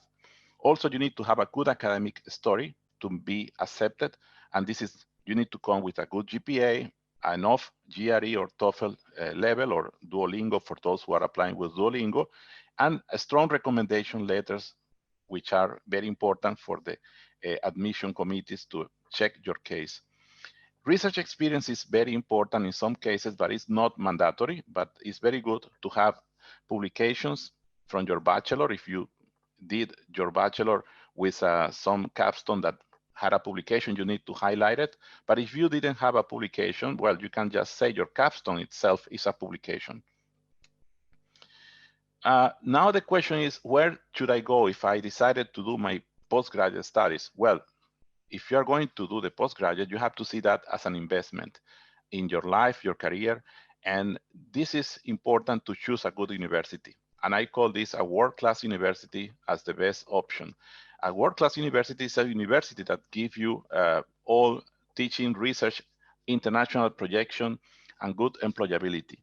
And these institutions typically have excellence in education represented in good students, motivated students, top faculty, very supportive staff, and laboratories, equipment attached to the facilities, teaching technologies. And typically, the trend is that many top world-class universities, they have about 20% of students are from international background, and about more than 30% of international faculty. Also, these institutions that are world-class, they have a strong commitment to do research with high impact. And this is demonstrated by publications typically, but also they are connected to society. These institutions, they have to be connected and trying to solve real society problems. So these institutions like Nazarbayev University are always open to welcome students like you. And with this, I close my talk and I'm open to questions. Professor Luis, thank you very much for your interesting presentation. I have got some questions from the candidates. First question I would like to raise is about doing degree. As you know, in Kazakhstan, a lot of people are doing their degrees for master and PhD degree and doing just for doing degree. What do you think about this kind of person? What they should do? And will be this degree useful for them? Well, as I said, one of the very important features of students who are pursuing masters or PhD is motivation. I want to come to this slide in which I mentioned that you have to be passionate about what you're doing. Of course, there are some rewards, which are good employability, higher salary, but this has to be the consequence, not the reason why you go for the PhD or a master's, okay? It's very important to be passionate and be committed to do that so you enjoy the path. It's a long journey for the PhD, it's a medium journey for the master's, but you have to be passionate, you have to be motivated for what you're doing. Okay, next question was about dealing a new lectures online. Courses, will be it available? Yes, yes, indeed. For example, this until last semester, we were doing seminars. Doctoral seminars are run every semester, and every PhD student has to present twice for the rest of the PhD students and faculty in the school. And this year we switched to online. So nowadays, online is a kind of common feature, so we can do it. The only limitation with online is, as you may imagine, is the laboratory work. So even computer simulations, which are very hot and very common tools nowadays, can be run remotely. So we can run high performance computing in our lab using a team viewer, for example, application or other application, but still laboratories work, like biologists typically work in laboratories, chemical engineers, they need to go to the lab, and this is a limitation that we need to manage.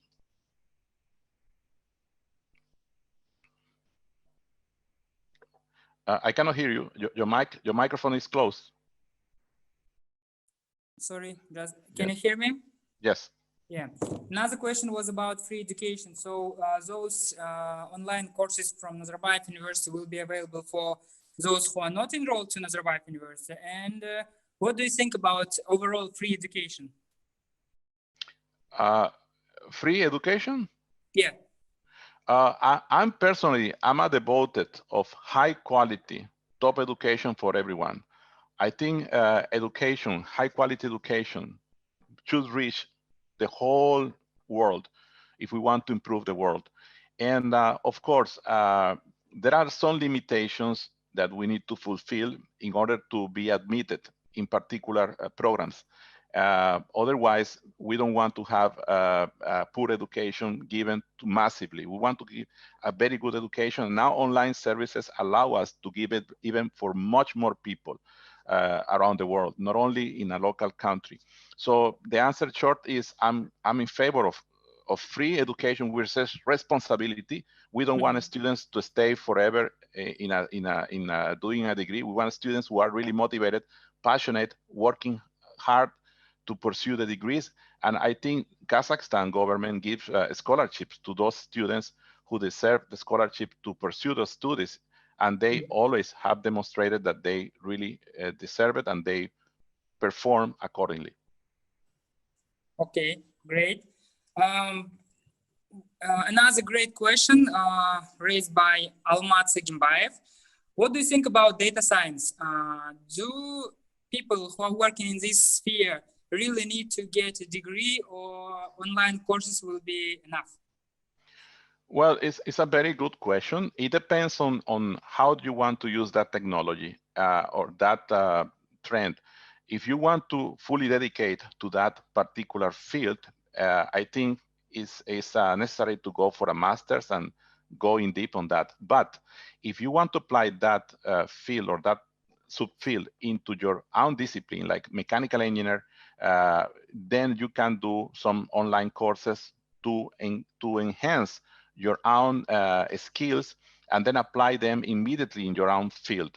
So my simple answer is, if you plan to become a fully data scientist, well, do a master's, and then you will be a perfect data scientist and very knowledge data scientist. But if you want to apply data scientist or data science into your own discipline, which is common nowadays, because artificial intelligence, machine learning is not only one discipline, it's a field that is crossed with many disciplines. So it's in all disciplines, in all mechanical engineering, physics, mathematics, electrical engineering, we have machine learning, artificial intelligence. So doing online courses to enhance your skills should be enough to continue working as a mechanical engineer with those new skills that makes you more adapted to the future. Great, thank you. Another great question. I will read it because it's very long. First of all, greetings you, Mr. Rojas.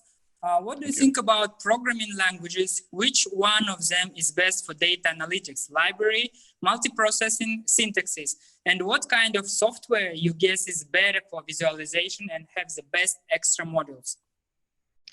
Well, I'm biased because I'm a mechanical engineer. So the answer will be probably different depending on who you ask that question. As a mechanical engineer, for example, we use different tools for modeling, like SolidWorks, ANSYS. These are very top software. For writing language, we have Python, we have MATLAB, we have C++. So these are kind of typical languages used, but Python is very popular nowadays in data scientist work. And this is there are a variety of tools. I usually tell my students when we teach, for example, computational fluid dynamics, that we use we give the theory, and when we use a particular tool, I tell them this is like learning how to drive an Airbus, but then suddenly you have to be prepared to switch to a Boeing.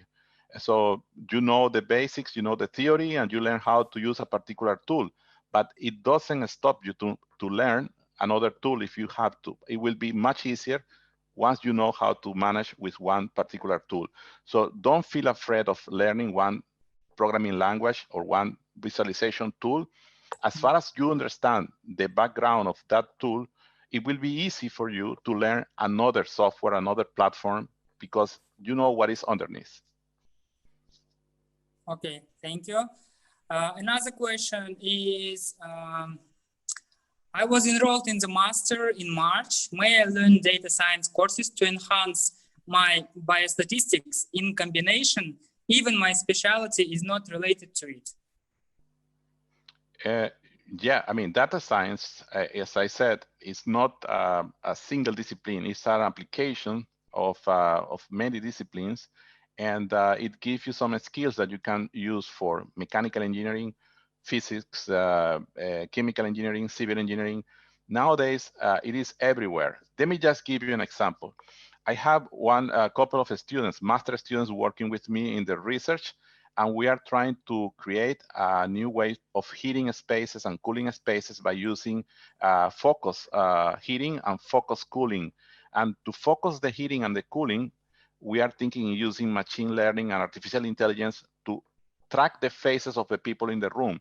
So instead of cooling or heating the whole room, we just heat or cool the place where the people are located. So we mechanical engineers, chemical engineers, we need to use artificial intelligence to focalize the source of heat or the source of cooling, and therefore we are using, data science by collecting data from sensors to manipulate and move our sensors and our heaters and coolers in a way that we can improve the heat and energy consumption of buildings. So don't feel afraid of data science. This is a skill that is good to learn for any discipline. And if you want to just dedicate to data science, you can do a master's. But if you want to use that in your own discipline, well, you can do civil, mechanical, chemical engineering, and then do some courses online on data science and become an expert on that in your field. Okay, great, thank you. Another question is about how long are you living in Kazakhstan? And like it's kind of a small question for the big question. I mean, the question was how familiar are you with industry, and maybe how School of Engineering and Digital Sciences is working with the industry, companies, and so on. Well, this is very important. I arrived in Kazakhstan in 2013, about 7 years ago, almost, and it has been a wonderful experience. I really feel very fortunate to be here and to meet so many nice people. And with the industry, to be honest, in the beginning, it was very hard because, as you may imagine, there is a barrier with the language. Since Nazarbayev University requires us to speak in English, even though we have a second language, which is not, in many cases, Russian, we have some barriers. But as time has passed, let me tell you, in the last 3 years, I've seen Kazakhstan moving forward quite fast. And now many industries have professionals that speak Russian, Kazakh, English, and it's not that difficult. And Nazarbayev University just created last year the position of Vice Provost of Industry Engagement, just to keep that strong bond between university and industry. So I believe this will be stronger and stronger with time. Okay, thank you very much. Another short question. I think Aybek Ayabergenov made his bachelor degree in marine engineering, and he's asking, how does it make sense to apply for mechanical engineering for master's degree? Yes. Actually, one of my, I would say, my most appreciated colleagues, one of them is, he has a background in marine engineering. He's a expert in ships constructions, and he has been quite successful in mechanical and aerospace engineering because, as you know, we share fluid mechanics, hydrodynamics, fluids and solid interaction are common in your discipline and mechanical engineering. So I would say if you want to further your knowledge on marine engineering and become get more expertise in fluid structure interaction, in simulation of fluid mechanics with open channel flows, well, it's a good option, of course. Okay, so we've got 2 minutes. One question from Sergey was about Good afternoon. With biotechnology and the biologists increasingly becoming data scientists, do you think that it will be essential to have knowledge about data science for biologists? Should I pursue a degree in data science instead of furthering my education in biosciences? Well, it's a very interesting question. Very, very interesting question. I would say in two ways. If I were you, I would probably go for extending in biology, but I would do the courses in data science. Because let me tell you one example. Nowadays, there is a big project by IBM in which computers are collecting data from different parts of the world about different illnesses, and they are making a big model with data, massive data, big data, to predict how to cure many illnesses. And this is a recent PhD topic we just finished in Nazarbayev University. A student in electrical engineering, he did a project in which he manipulated data, or he took data from patients with cancer and breast cancer, and he could predict with this data, make a meta model to predict the fate of future other cases that could come. And this is important. Yes, data science is completely important. It's very important in biomechanical and biomedical engineering these days. Okay. Professor Luis Rojas, thank you very much for your time and for making this presentation. I hope that candidates who are going to apply to SETS is they found out it very useful, and others also, because I personally find some news for me. So thank you very much for your time, for your presentation, and hope to see you soon in university. Thank you. Best of luck for everyone. Okay. Thank you. Yeah, thank you. Да, профессор Луис Рохас рассказал по поводу программ школы инженерии, вообще в целом для чего необходимо обучение на программах магистратуры и докторантуры.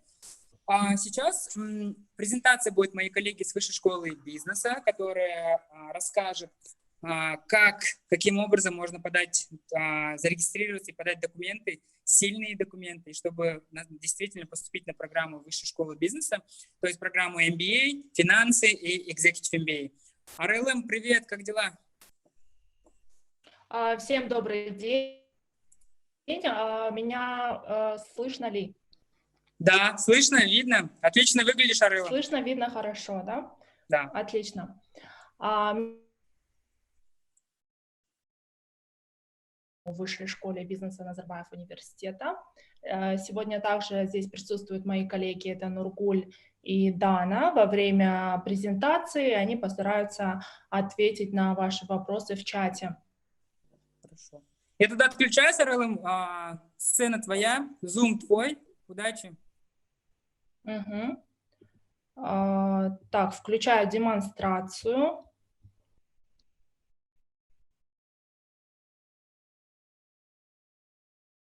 Okay, so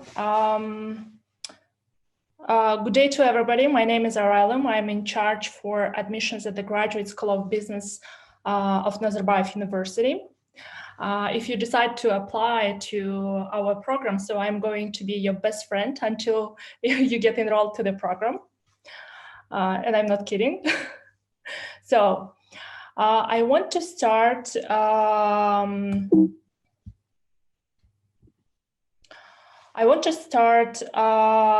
with the quick overview of our business school. So our business school is a unique place to study. Yes, it's true. There are several reasons for that. We have international faculty from top universities like Stanford, University of Michigan, Kellogg University, INSEAD, and etc.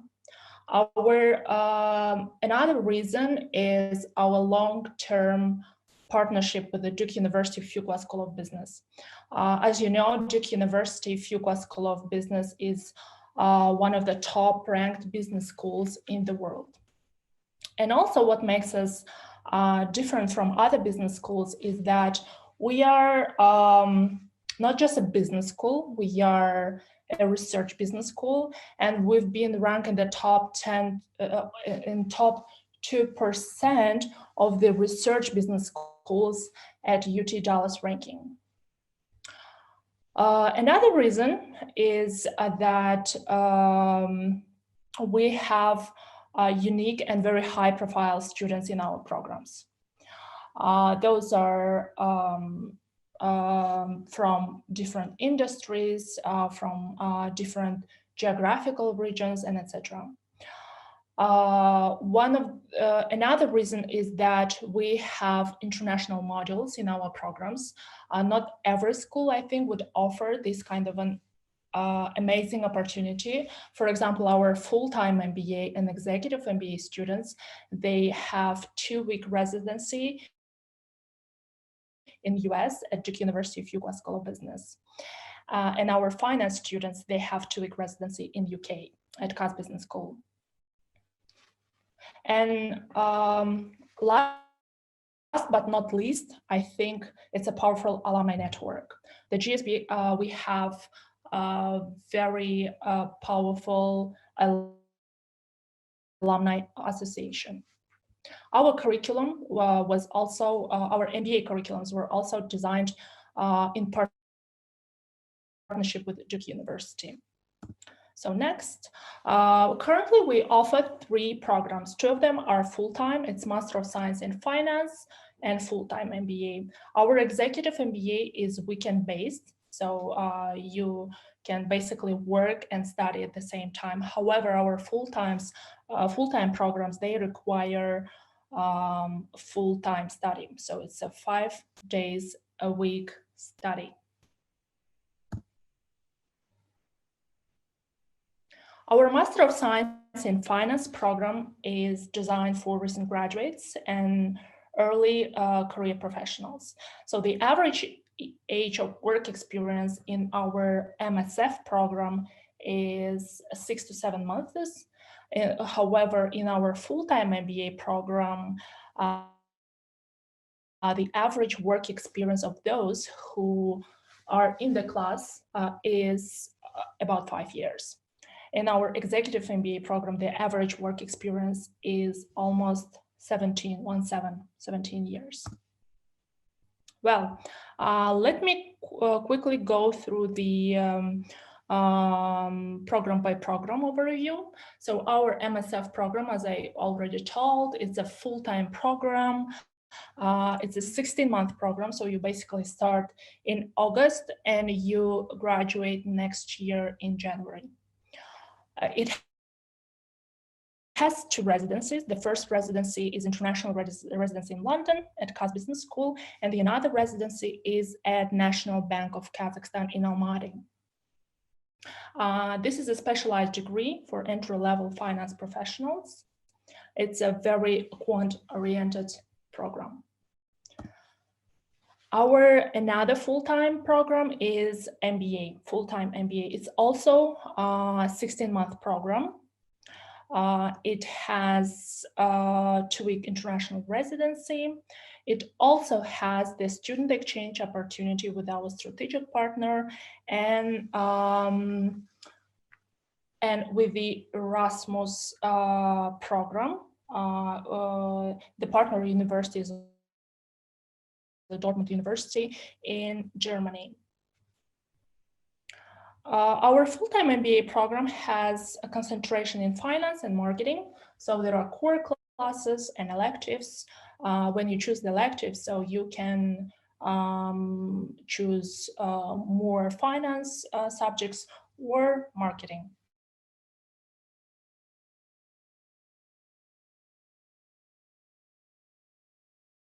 For managers who have at least 5 years of the managing work experience, and the average year of work experience, as I told, is 17 in the program. You study 5 days in a month, so one subject is basically runs 5 days. This program also has 2-week residency at Duke University.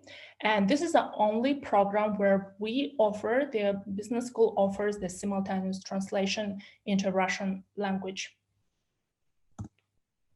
So how to submit a strong application to Business School. As you know, currently we are still accepting the applications to our programs. The second round, the regular round for our full-time MBA program is May 12th, which is next week. And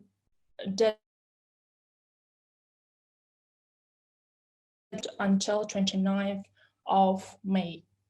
And the regular round deadline for executive MBA is May 12th as well. However, both full-time MBA and executive MBA program, they both have the third round, which is a late round until June 1st. Okay, so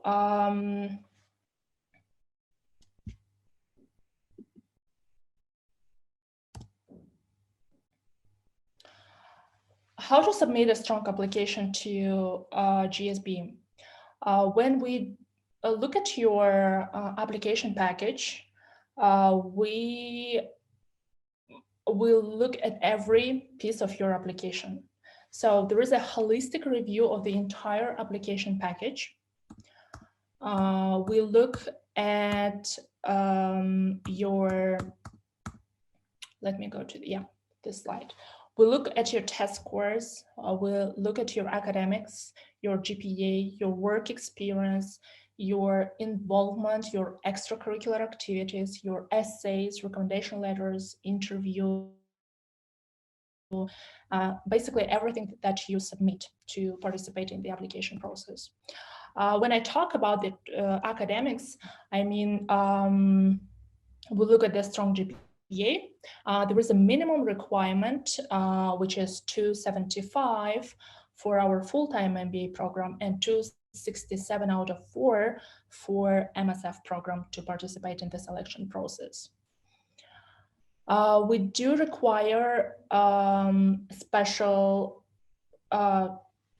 international specialized standardized tests. The GMAT and GRE exams are required for our MSF applicants, and we do administer the math assessment, which we call ALEX test, for our MBA program.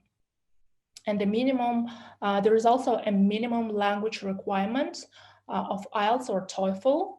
As you know, my colleagues already mentioned earlier that due to this COVID-19 and many testing centers have been shut down, we do offer alternative language testing, which called Duolingo. Please go to our website, read more about this test, and please don't be late with the submission of those scores. The submission of the Duolingo test scores was extended until June 10th. So please go to website and read the instructions. And also for the MSF applicants, it's also important to know that GRE and GMAT test score submission for regular round applicants was extended until June 15th. Both the GRE and GMAT tests are currently delivered online, so you don't have to go somewhere, you don't have to travel to Almaty or to Nur Sultan. You can take both exams from home. There are some special requirements that ATS is requiring, so please go to the website and learn more about that. So both exams are available for worldwide, except few countries, but it's available for Kazakhstan, both exams. You can take until mid of June. Well, the next application component is the work experience. As I already mentioned at the beginning, we do require work experience from our MBA students. However, we do not require any work experience from our MSF students. By work experience, we mean the full-time or part-time work experience. You can also include internships, and the internships will be helpful for admission committee members to assess your application. And please do submit your resume, your CV in the portal. This is important, and make sure that it's not 5-page resume. Try to submit 1-page resume. Make sure you display your achievements. There is no need to no need to emphasize on your daily routine work. I think it's always helpful for admission committee members, for somebody who will be interviewing you, to see your achievements in your resume. If there are any gaps, let's say you didn't work for a year, you have a year of gap or 2 years of gap, it's always important to talk about that during the interview or mention that in your essays. So that will give full picture to admission committee when assessing your application package. Involvement. By involvement, I mean any extracurricular activities. It can be volunteering, it can be service projects, it can be research experience, sports, any exchange programs you think can impact the decision of the admission committee. Essays. Please note that yes, we do read every essay. We do read every essay, and we do read it very carefully. It's not only one person that would read your essay, it's the entire admission committee and the professional file readers who will go through your essay. So please make sure that your essays will talk about your personality, that your essays are a real showcase of your personality, that your essays, your both essays should answer the questions. It should articulate your interest at Nazarbayev University Graduate School of Business, and it's very helpful for us to find some examples from your life that will again you know, show us who you are, what your goals, what are your values, and why NU GSB. Please put your effort on your essays. It's important. Recommendation letters. Recommendation letters are also one of the important component of your application. We do require electronic recommendation letters, so there is no need you go and ask in advance from your recommenders.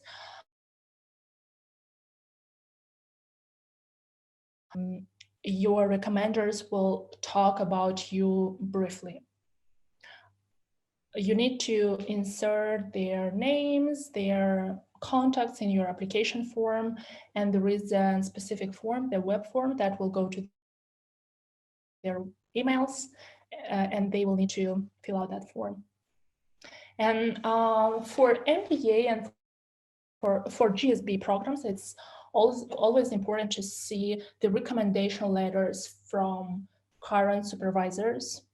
Let's say if you are an SME, if you are doing business, then it's important to request the recommendations from your business partners or suppliers or your clients. That will give more information about you. Let's say, especially for the MSF students, I think this is important to know that since majority of the MSF students, they come from undergraduate programs, you can request the recommendation letters from your professors. But if you do have the work experience, it's always good to receive the recommendation letters from someone with whom you worked with. Interviews. We are doing all interviews this year online, and those are by invitation only. If your application package is full, so our office will invite you for the interview. The interview is also one of the very important components of your application. Normally the interview will last for 30 to 40 minutes. It's in English only, except executive MBA. For full-time programs, it's only in English.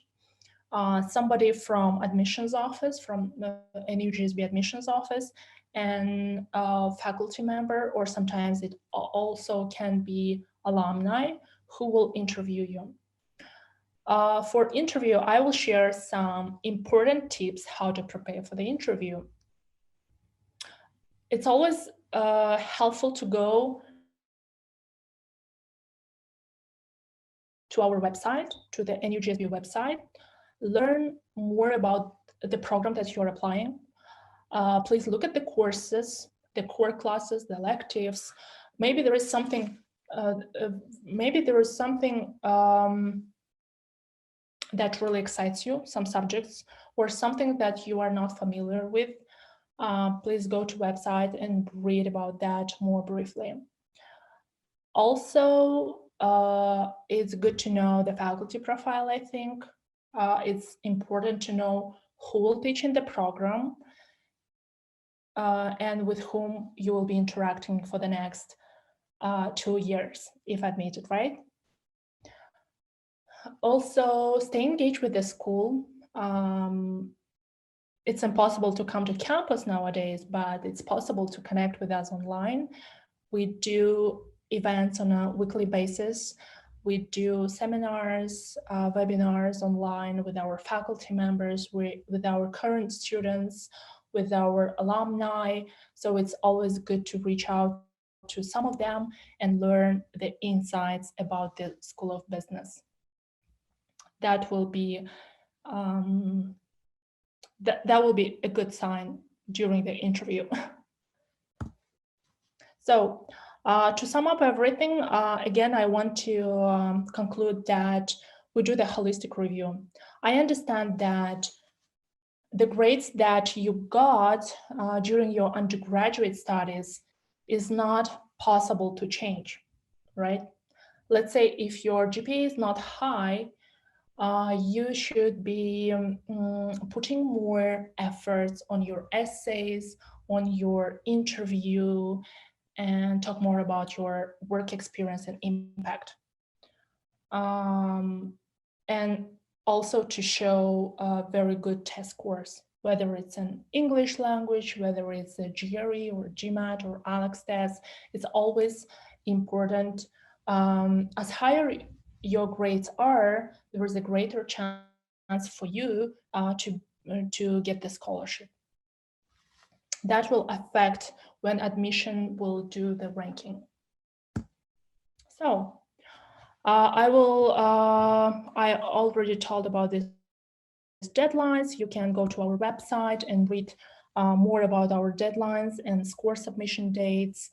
These are our contacts. MBA admissions and UGKZ is our email box. These are our contact numbers. You can call us from Monday to Friday from 9 a.m. to 5:30 p.m. and we will answer your questions. And also, I think it's important to go to our, it will be helpful to go to our website. We have some web forms where you can just leave your contacts and we will contact you when you are available. Aralem, thank you very much for your excellent presentation, for tips you've made and covered. There have been a lot of questions about recommendation letters, and like most of them asking about like this COVID situation, that most of them can't sign, print, and other stuff. Could you share, ask for this question also?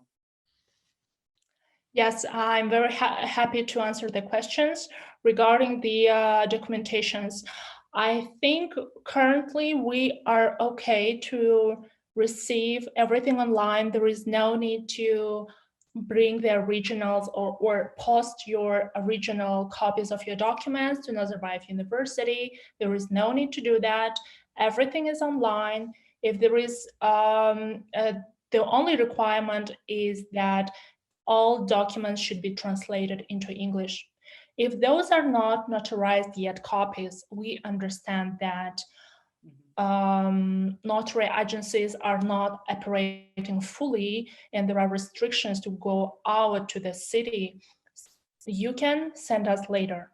You will receive the notification email that these documents should be notarized and sent back whenever it's possible, when the lockdown will be over, hopefully very soon. Yeah, hopefully. We're all looking for that. You can send it to us. That's okay. That's not going to affect the decision of the admission committee. But all the documents like transcripts, diplomas, documents proving your work experience, everything should be translated into English, because admission committee members, they only speak English, so we need everything in English. Yeah, that's great. I've got some personal questions just raised from the presentation, and maybe it will be useful for them. First question, how many people in an admission committee, and who are they?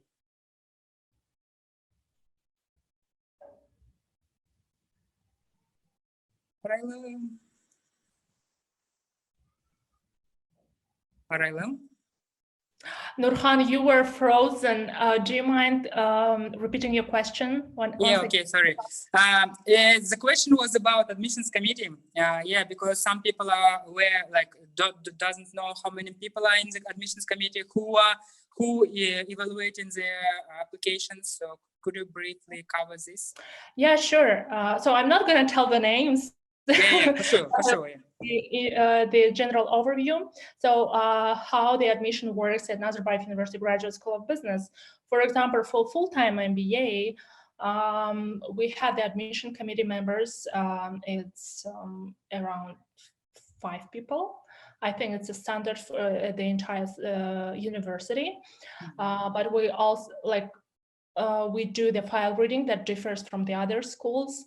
And we, in our admission committee, we have our strategic partners. So somebody from Duke University will be sitting in the admission committee. Okay. And somebody who will interview you, there will be 2 people interviewing you, another 2 people who will read your files, and another 5 people who will vote for that. So basically, the one application package will go through 9 to 10 people reviewing that. So that's why we do the holistic review. And we want to make sure that we enroll the best talents to our school. Okay, great. Okay, if I will be enrolled to the program, I will need to question about the cost of the Duke module, because how much should students need to pay for Duke element module, and could you cover also this question? Mm-hmm. Well, some parts were missing, but I got your question. How much is a Duke component? That's a very, very interesting question, because we do receive that question a lot. Well, if you got the scholarship, so that 2-week residency at Duke is covered. Great. And if you are paying for your studies, it's also already included to your tuition fee. There is no need to pay for a 2-week residency at Duke University. It also applies to MSF students who travels to London. It also included in the tuition fee. Mm-hmm. But despite of the 2-week residency, we also have a semester exchange at Duke University. So there are every year 2 slots available. I don't know what will be the number of slots for the next intake, but we have, I think, our second cohort who traveled last summer to the Duke exchange. So you will need to cover your travel expenses, your living costs, your food, your tickets only, but the entire semester, which is almost like 2 months of full-time studies with the daytime MBA students at Fuqua School of Business, you don't have to pay for your tuition. So that is covered by university. You just cover your expenses, own expenses. Aralem, thank you very much for your presentation. I think those candidates who is going to apply for master in your school will find it also useful. Thank you for your time and for all your efforts you've done today. Thank you very much for your presentation. You. Can I make a very small announcement? So. Yeah. Regarding the next week, I just received the information from our colleagues. As you know, we have the Career Service Center, and I have my colleague Yernur, who is online today with us.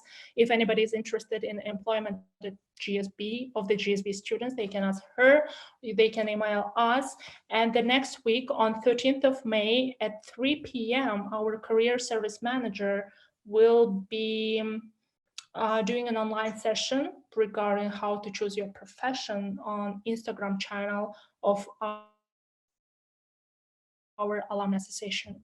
So you can find their pages on our website. And also the next week on 13th May, we have another event with our dean, Meet the Dean event. And please go to our website. We will post that information. Hope to see you this year, and thank you, Nurkhan, for this amazing opportunity. Have a nice day, all. You are welcome. Thank you. As you've seen during these sessions, this is the second school is presenting, and for all the master and PhD students, they will need to write motivation letter.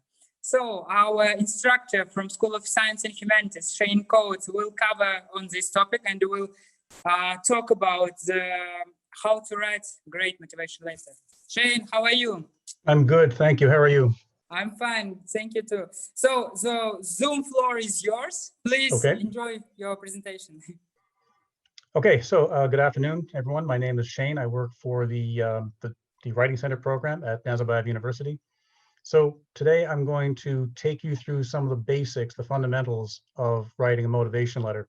So I'm going to very quickly share my screen with you, and we'll go through a PowerPoint presentation. And I think there should be time at the end if you have any additional questions.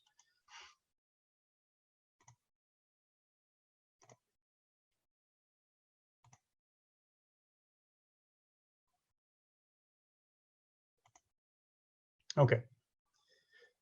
So basically, when we talk about motivation letters, I mean, there are a lot of different terminology that's used when we talk about these things. Sometimes they're referred to as a statement of purpose. Sometimes it's called a motivation letter. For the sake of our presentation today, I'll refer to them mostly as motivation letters. Now, essentially, these are application letters. That's really all they are. And it's a very common component of most applications to have some kind of a letter or an essay with which you kind of introduce yourself and provide some information about your qualifications and your background. So again, these are most often associated with MA applications or sometimes PhD applications. The length will vary a little bit, of course, depending on what you're writing. Most application letters for a master's program will be maybe a page, maybe a page and a half, and sometimes there are restrictions. A lot of programs ask for no more than 1 page. But again, it depends on how much you need to write. Sometimes it depends on the actual limitations that the program asks. And as I mentioned, typically it's formatted as an essay. One of the big questions that will come up, of course, sometimes students get confused, they get a little bit nervous because they hear these different terms being thrown around. So a common question that I'm asked is, well, what's the difference between a motivation letter and a statement of purpose?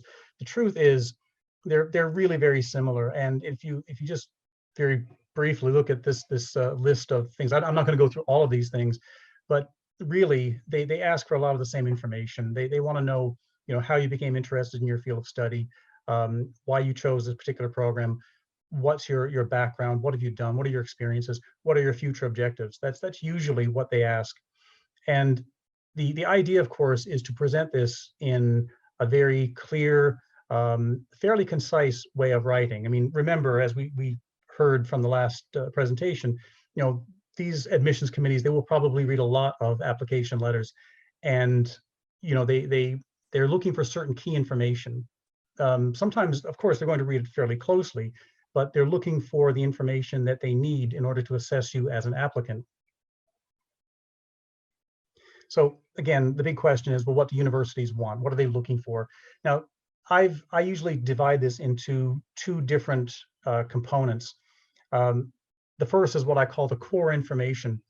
And most admissions committees are going to be interested in these types of details. For example, obviously, what you want to study. What are you applying for? Why did you choose this? What is it about this particular field of study that interests you? What's your background? What are your qualifications? Your future objectives? What are you going to do after you graduate? We'll talk a bit more about this later on as we go through the key components. But as I said, this is just kind of the core information that they're looking for. Then, of course, they also want to know, the second important thing they want to know is, are you prepared? Are you eligible? And sometimes this is determined really based on your transcripts. I mean, sometimes, the courses you've done is enough. Other times, other programs might want some work experience, or they might want to see some indication of previous research, or they might want to see an indication of personal preparedness to do this kind of level of study. Another thing that they're concerned about in many cases is, do you really understand the program?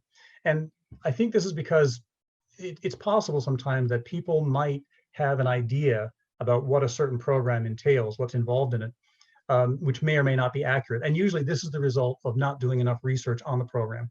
It's rare. I mean, most people, before they apply for something, they've already done the research. They read everything they can about the program.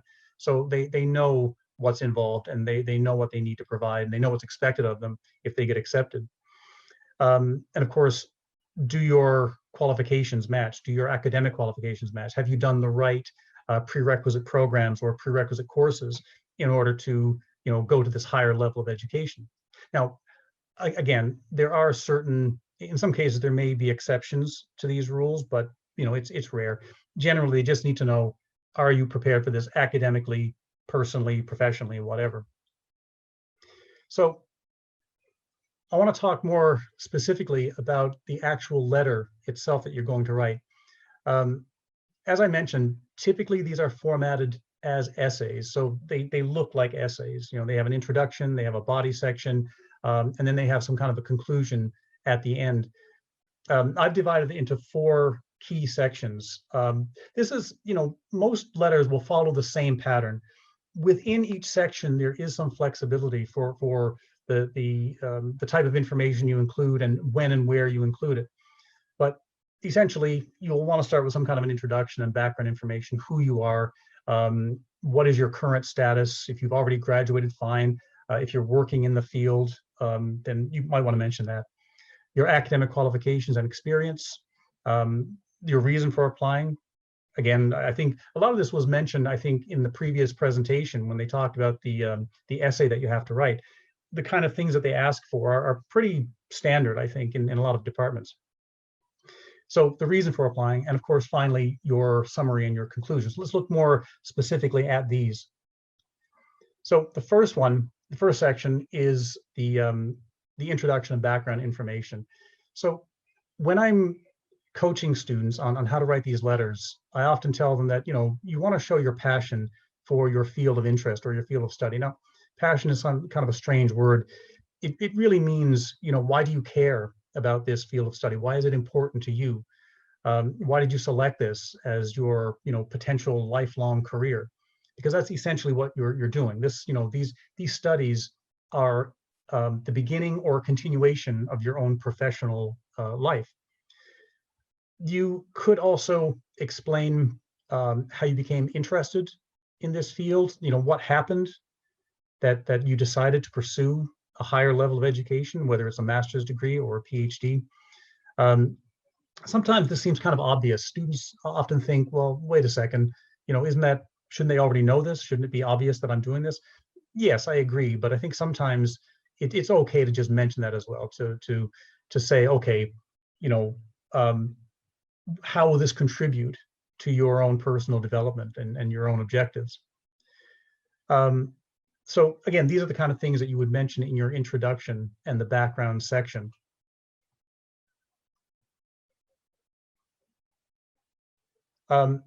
Section 2, your qualifications and experience. I see there's some lines appearing on my screen. I don't know what's going on. So one thing that you want to talk about, of course, one of the things that they're interested in is what is your previous academic experience. Now, if you've just graduated from an undergraduate program, that's fine. Talk about that. You know, talk about the courses that you've taken. You don't have to list all the courses. This is a mistake that I often see in these letters, where students begin to talk about all the different courses they've taken. That's not really necessary. Instead, you want to give kind of an overview of what you've studied, certain key courses that kind of relate directly to the degree that you want to apply for. So if there's something specific, a certain course that focuses on the area that you want to specialize in, that's something you could mention as showing a way of being prepared for graduate level studies. Now, if you're applying for a PhD program, one thing to keep in mind is they probably want to see some indication of your previous research. So if you've been involved in research projects with your professors, and I've met a lot of students here at this school, especially undergraduate students who have been involved already with very impressive research projects. Some have actually, you know, been included in the authorship, you know, in published data, published works or journals. So, you know, if you have any of this, you really want to mention that. You want to emphasize that you've already had experience as a researcher. And if that research feeds directly into what you want to do in a PhD program, that's great. You can include that as well. As I said, though, for master's degree programs, they probably don't really expect you to have a lot of research experience, but they'll want to see that you kind of are aware of what's going to be involved in your next level of study. One thing, too, that you could mention, I'm going to add a note to this one afterwards. You could mention any personal problems that you've encountered or dealt with, you know, as an undergraduate student or prior to applying. Now, this could include a lot of different things. And, you know, I've been helping students with these types of letters for a long time now, 20 years almost. And, you know, a lot of students come from very diverse backgrounds, very challenging backgrounds in some cases. You know, there are students who have faced poverty, illness, additional work requirements, could be anything. Now, if you want to mention that as kind of an overview of your background or something, maybe it could be a motivating thing as well, because, you know, sometimes we are shaped by our experiences. Sometimes something that happens to us in life becomes a stepping stone or a prompt for us to say, you know what, I want to pursue, you know, a degree in a certain area because of my own experiences. Now, there's a note I should add to that.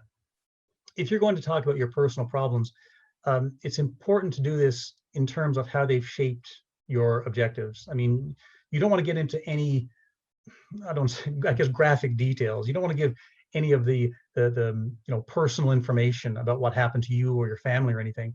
Basically, focus on the challenge in terms of how it shaped you and how it shaped your outlook. You know, how it helped you become the person that you are and the person that you are, or the person who is applying for the program. You know, where did that come from? I guess the key is, and I've had to warn students about this in the past, when they start getting too much personal information about the trials and the problems they've had in their lives. The problem with this is that sometimes it can be misinterpreted. Sometimes an admissions committee might say, well, okay, they're just trying to win sympathy. They want us to feel sorry for them. So, you know, they might feel that you could be exaggerating the situations that you've encountered. So you want to avoid that.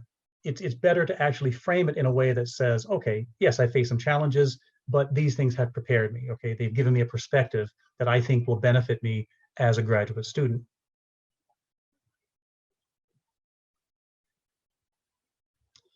Okay, I want to go back a second.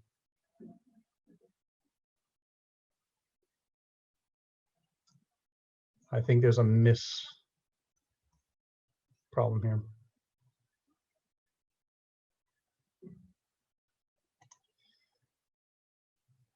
Okay, it says section 4. This should actually be section 3. I apologize for that.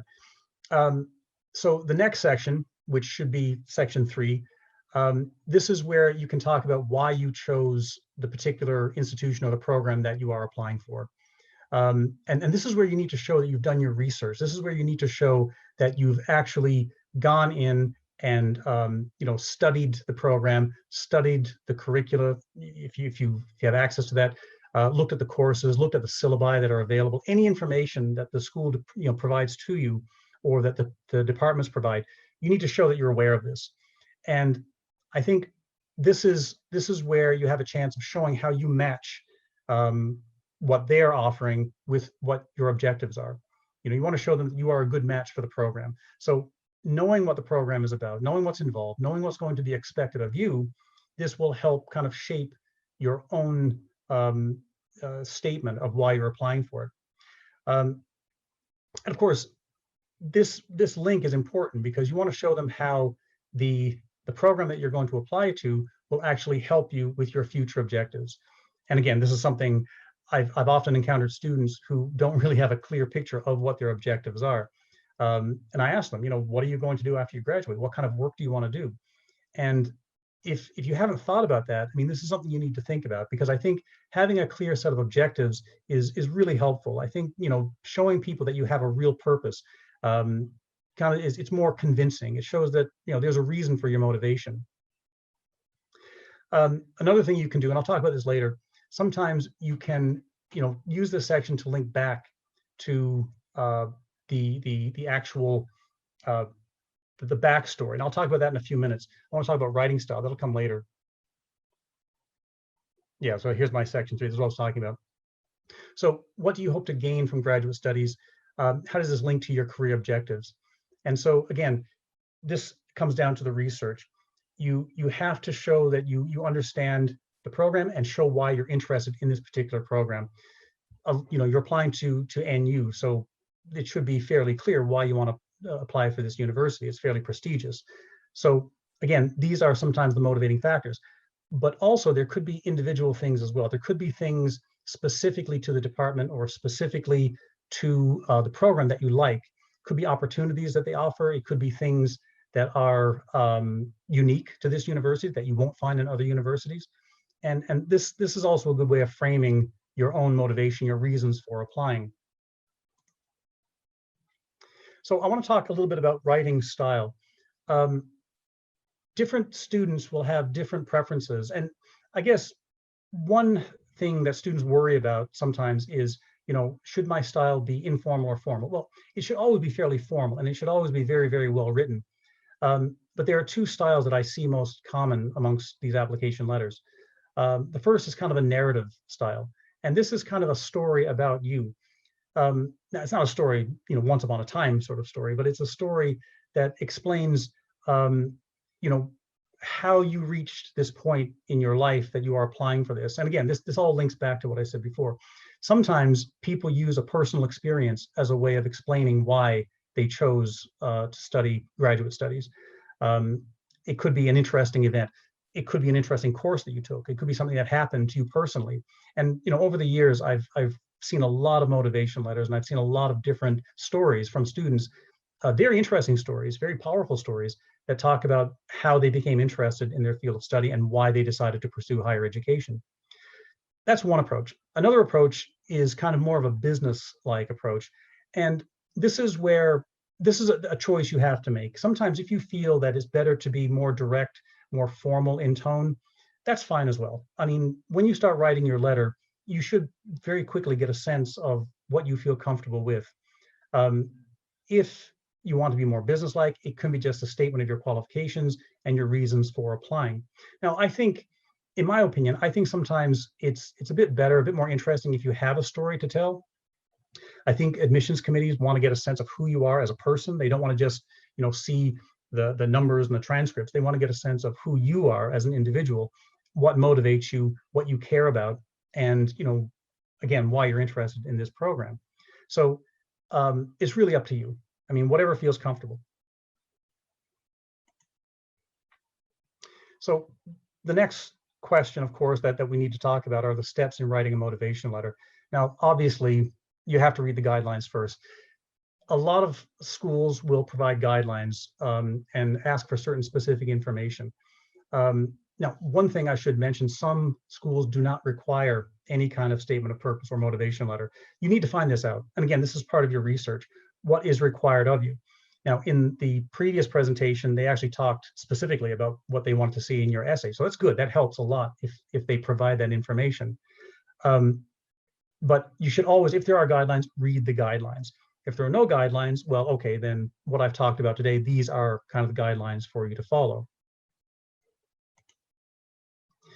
As I mentioned earlier, always do your research. Find out as much as you can about the program, the school, the organizations, professors, instructors, courses, facilities. I mean, what kind of facilities are available at the campus that you might be interested in. Now, even though some of these things may not seem directly related to the degree that you want to enroll in, remember that this will add to your experience as a student or to your, let's call it the educational experience. And so, if you're interested, if you think that studying at a university will be a good, I don't want to say fun, but if it could be a stimulating experience, yeah, I mean, that could be part of your motivation as well. But you need to find these things out. You need to kind of get in there, do the research, see what they have to offer, and then see how that fits into your interests and your own motivations. Of course, then we get into the writing. So after you've done your research, the next thing is to gather your information. And, it's okay to just sit down and make notes to begin. In fact, I recommend it. Sit down, go through, kind of sections that I mentioned earlier, talk about, or just make notes on your personal experience, your professional experience, your academic experience. What are your interests? What do you care about? What do you want to do in your career? Just make notes on everything.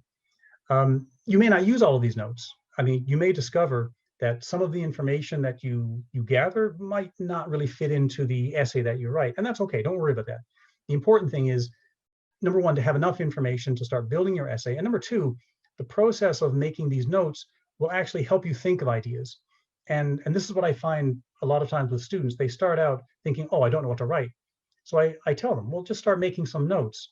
And if you commit to that, if you actually take the time to really think about, all of these different parts of the essay and what you want to say and about who you are, it comes very quickly. I mean, once you start writing a few notes, suddenly you have more ideas.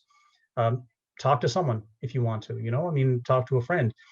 It's unfortunate right now that we don't have one-on-one consultations at the Writing Center, because that's a great opportunity. If you could sit down with an instructor, and this is something I do quite a lot, students come to me and they say, well, I have to write a motivation letter. I don't know how to do this. So from the conversation we have, usually they end up generating a lot of ideas.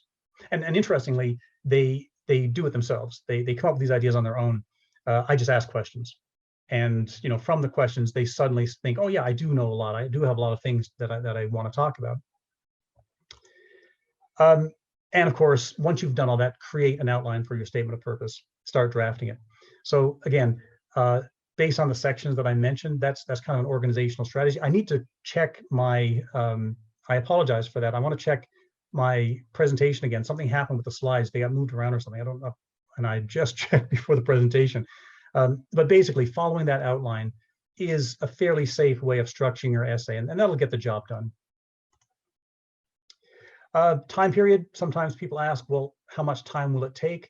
Well, the bad news is a good letter could take several weeks. I mean, it is possible. You could sit down and very quickly put together a good letter in a couple of days or even less. It depends on your own writing abilities or whether or not you already know the information that you want to provide. But the drafting takes time. So I always recommend give yourself plenty of time, because writing is a process. Make your notes, write a draft, put it away, forget about it. Come back to it, a day or two later, and then look at it again. And giving yourself distance from it sometimes actually gives you a new perspective, because when you go back to your letter to start, revising it, you may see things that you didn't see before, or you may suddenly realize things, or you may have new ideas. So again, you need time for this. So please don't wait until the deadline. And it always breaks my heart when students, come to me with, they need help with a statement of purpose. And I say, well, okay, how much time do you have? When is it due? And they say, oh, it's due tomorrow. I think, oh, well, okay, I'll do my best, but it's kind of hard if we don't have a lot of time to think about revisions. So again, just a finishing note, the key to good writing is always to revise, and I would also add to think about what you're writing as well. So I think, yeah, that's the end of my presentation. Shane, thank you very much for this excellent presentation. Yeah, and again, I want to apologize for my own PowerPoint. I don't know what happened there. I was going through this before. It seemed fine, and I don't know what happened in the presentation. I think it's okay, because the information was provided, and provided very well. And most of the candidates will be now familiar with the difference between motivation letter and the statement of purpose. We've got something around maybe 5 minutes or less for to answer on the questions. So one of the questions I would like to raise is about writing center. You mentioned you're working in the writing center, and is it possible to be a visitor of this center if you are not a new student first? And is it possible to get this option online? So I think, if you're applying to a program at NU, and I'll be honest with you, I think you could. If you're applying for a program at NU, I'm pretty sure we could offer help to you. Right now, we don't have one-on-one consultations. As you know, everything is on lockdown, and we're still kind of doing everything virtually. But I think, I'm not sure when. This is a good question for the coordinator for the writing center. When she will open up the schedule for the next set of consultations, I'm not entirely sure. It may be soon. I'm not sure, as I said, but it's all online. So what you would have to do, you'd have to go to the website. To get there, you should go to the SSH department homepage. If you click on the departments, you'll get a drop-down menu, and you'll see the Writing Center program. Once you go to the Writing Center program, then you can access the online scheduling system, but you have to have an account first. So now, assuming that students are allowed to access this, and assuming they can set up an account, then they can book an online consultation. And the online consultations, honestly, I think the online versions are just as good as the in-person. I've done a bunch in the last couple of weeks, and it's been no problem whatsoever. In fact, I kind of think some students prefer it. It's more comfortable for them. Yeah, it's great. Thank you. Other question was about, I would like to ask about formatting. As you know, students in Kazakhstan maybe is not familiar with APA styles and other stuff of styling, formatting, and so on. In this situation, how important formatting during the writing of motivation letters? Well, I guess the good news is, for motivation letters, you don't really need to worry about APA style or IEEE style. These are kind of academic conventions. These letters, they're formal, but they're a bit more personal in nature. So they look like essays. So what I would recommend, just to be safe, I would organize it.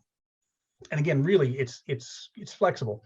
You could use the classic, what I call the classic style of writing an essay. So the first line of every paragraph is indented, by one tab stop or whatever, and the margins are standard margins, typical. So if you look at your MS Word layout options, and if you go to margins, there's an option for normal. I don't know whoever called it normal, but that's what they refer to it as. So that's the normal the margin format. And that's really all. That's all you need. Some people ask, should I include a title? I would say you can if you want. You can say, put your name and motivation letter at the top of the page if you want to, but it's not really necessary. One thing I would warn students about, though, is make sure that you adhere to the word length limitations. If the department says no more than 1 page, make sure it's just 1 page. If they don't give limitations, then okay. If you want to go more than a page, I would say fine, maybe 2 pages, but 2 pages, I would say maximum, because again, 2 pages for a master's program is plenty of room to give the information that you need to give.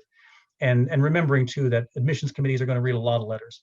So to me, having a concise, clear letter is better than having a long, heavily detailed letter. Okay, thank you very much for your answer. And I've got another question about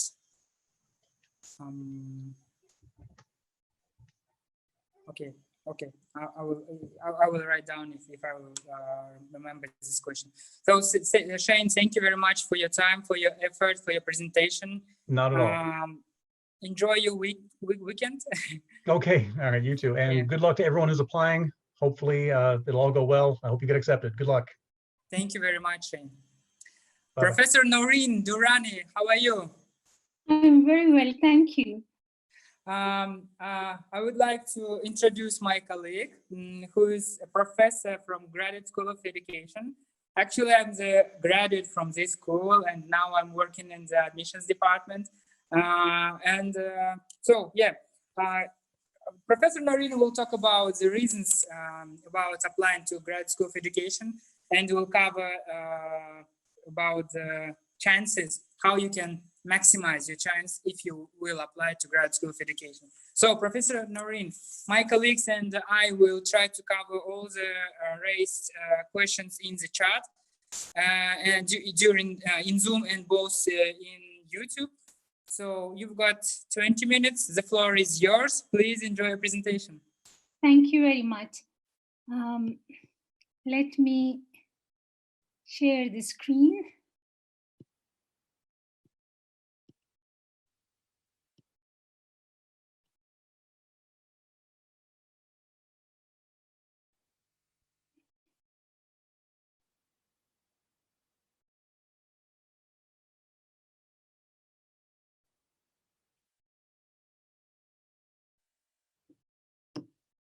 Thank you very much, dear audience, for your interest in the Graduate School of Education.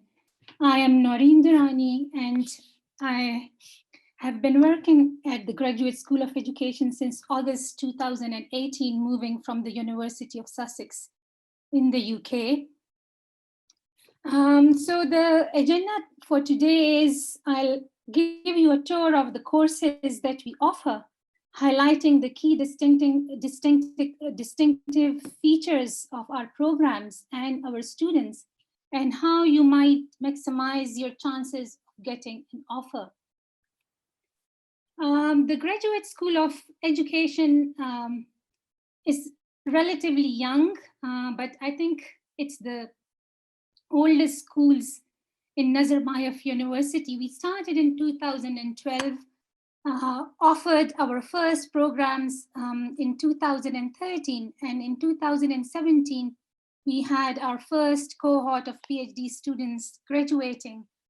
Keeping in view the young school, nevertheless, the school has already started establishing itself as a very vibrant, research-intensive school, and has established good reputation for its research-informed, student-centered teaching as well. So our aim is to have a global reputation for our research, for our teaching, and as well as effecting change within Kazakhstan, in Central Asia and beyond, and to be well recognized for our scholarship, our quality of teaching, and as change agents.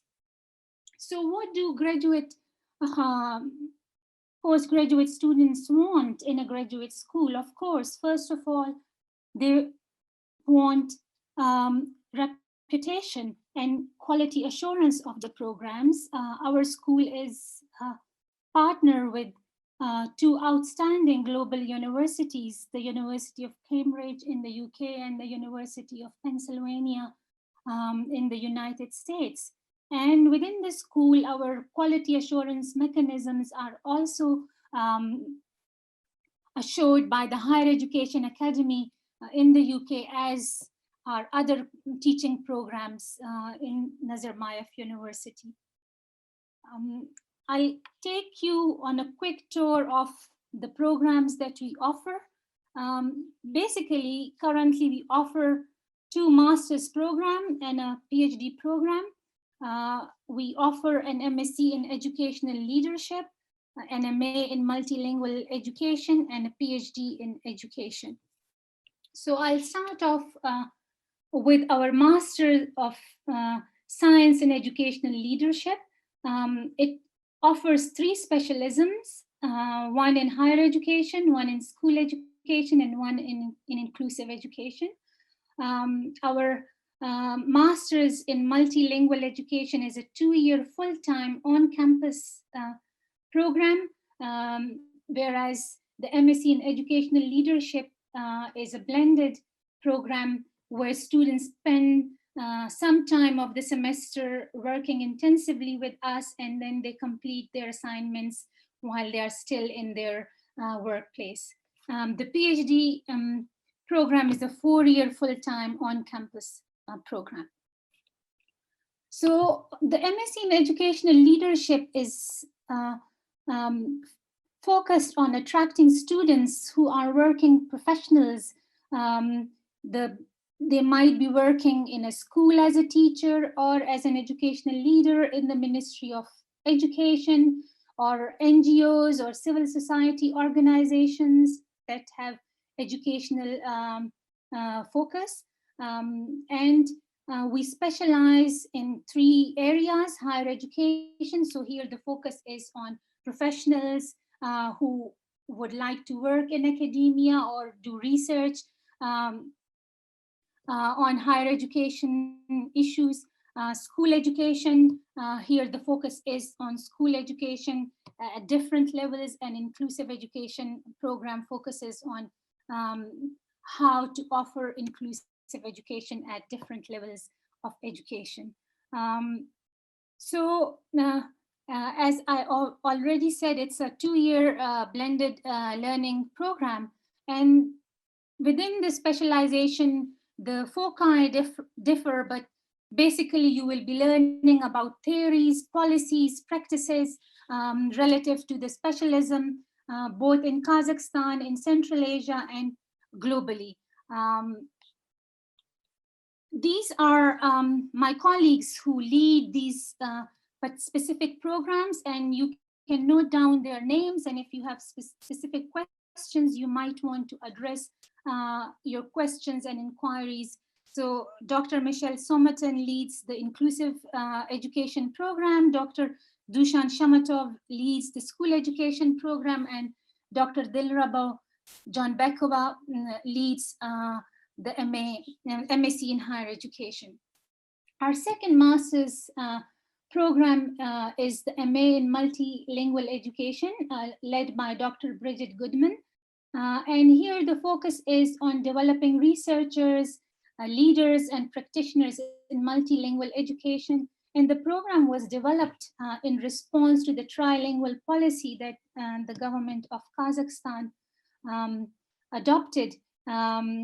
Here we are looking specifically at graduates of pedagogy, philology, or those who have experienced English medium or polylingual programs in their course of studies. We also encourage teachers with experience teaching their subjects in a second or third language, employees who are managing teaching multiple languages to multiple students, and particularly we encourage applicants who are multilingual themselves.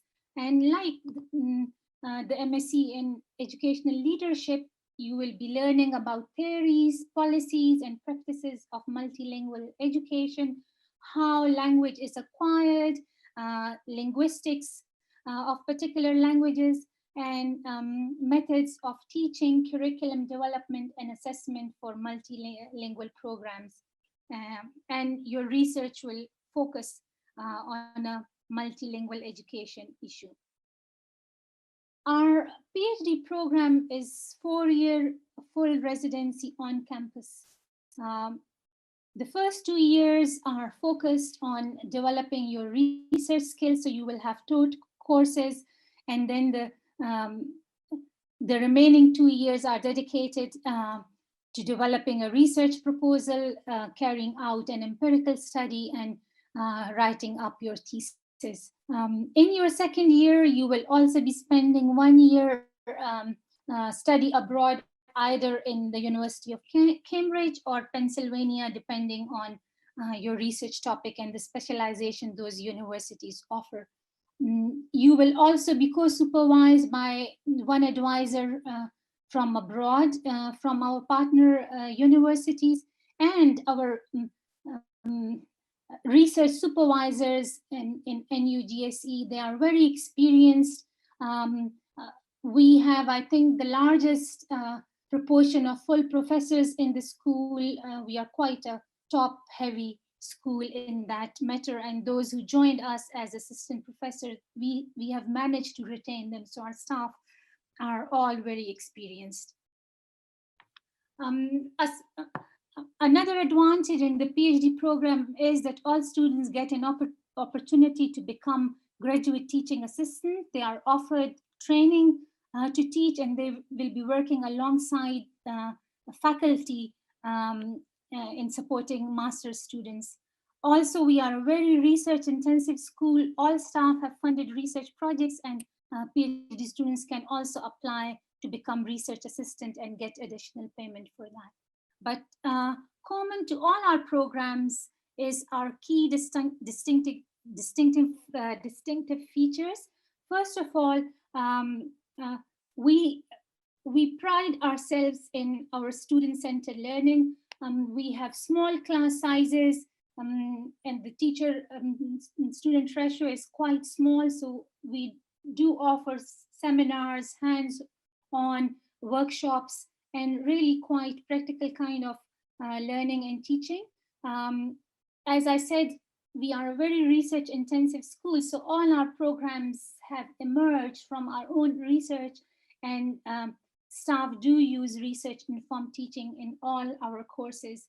Our curricula are very relevant to the context of Kazakhstan, but they are also relevant globally, and we constantly keep on refining and developing our curricula in response to the developments that are going on in the country, in Central Asia, and more broadly in the world. We do offer integrated language support, both in academic English and academic Kazakh. And we really have truly an international staff. I'll give you some percentage later, but on all esteem indicators, our faculty keep on getting recognized for their research, for their publications, for their citations. Staff are working as editors-in-chief, reviewers of prestigious journals. We are invited regularly by review panels to review funding applications, and that is not just restricted to Kazakhstan, but also globally. And we are really making a difference on the ground. Colleagues in the school, they are supporting the government of Kazakhstan in developing their educational policies, effecting and implementing their educational policies, and then generating evidence of the extent to which those policies have been implemented and successful in achieving those objectives. So we are looking for students who are really committed to be change agents. If you are interested to lead for research-informed educational change and innovation in Kazakhstan and in Central Asia or in other parts of the world, then these are the programs that you want to consider and apply to. Like other programs, you will have a fully funded grant, you will receive a monthly stipend, on campus accommodation, and involvement in research projects school governance and development. I have worked with master's students as well as research assistants because we have so many research projects in the school that our PhD students are not sufficient. We do hire also students on MSc programs. You get support for attending conferences, presenting at conferences, and the facilities we offer are world class. I have taught in universities in Europe, and I can testify that these facilities are as good as elsewhere. And we have a very vibrant and active alumni association, and this is something very important because we live in a world where social networks are important, and the more and the larger the number of your social networks, the more influential your social networks are, the better for you in finding employment opportunities upon your graduation. So it's just, some examples, very selected examples of the current research that we are doing, and they all focus on the different education programs that we offer. That's why I say we do really do research-informed teaching in the school. Our graduates are very successful in terms of finding employment. Many are working in schools, in ministries. Many come back to us and do a PhD with us, but several of our graduates are also doing PhDs in globally recognized world-class universities. In terms of the application information, the most important advice I would give you is to maximize your chance, because our programs are very selective, particularly the PhD program. So take your time and write a good application because it leaves a very bad first impression if you have spelling errors or editorial mistakes in your application. You will be required to give evidence of your previous educational credentials and evidence of education, English language proficiency. A motivational letter will be required, and it's good that you had the opportunity of seeking advice from a very experienced colleague how to write a good motivation letter. And you need to convince us that you are committed to working within the sector, because the state spends a lot of money, we spend a lot of our effort, and we don't want to consider candidates who are here just for getting a degree, but not really committed to be working in the field. You can convince us you are the right candidate by giving us all necessary information about yourself, by being very specific. So when you tell us, I have these language skills, or I have work experience, or analytical skills, or people skills, communication skills, don't just tell us that you have those skills. Give us the evidence. Tell us what experiences did you have which helped in developing those skills, and the extent to which you have those skills by referring to specific examples. That would really make your application stand out. Give us a curriculum vitae, and again, tell us specific details of what you did, which is relevant for the kind of skills that we are looking for. And have recommendation letters from someone who know you in a work capacity, who are familiar with your knowledge, with your skills, so they can write specific details of your skills, your knowledge, your understanding, and why you are suitable and you are in a good position to benefit from the programs that we offer.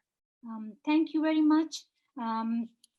So I would encourage you to apply, and our students really appreciate.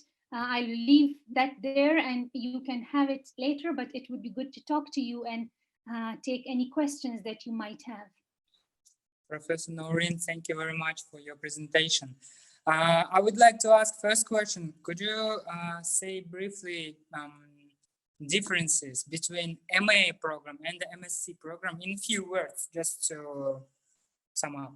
Both programs are very rigorous. Both programs are anchored in theories, in issues, in debates, in practices and policies.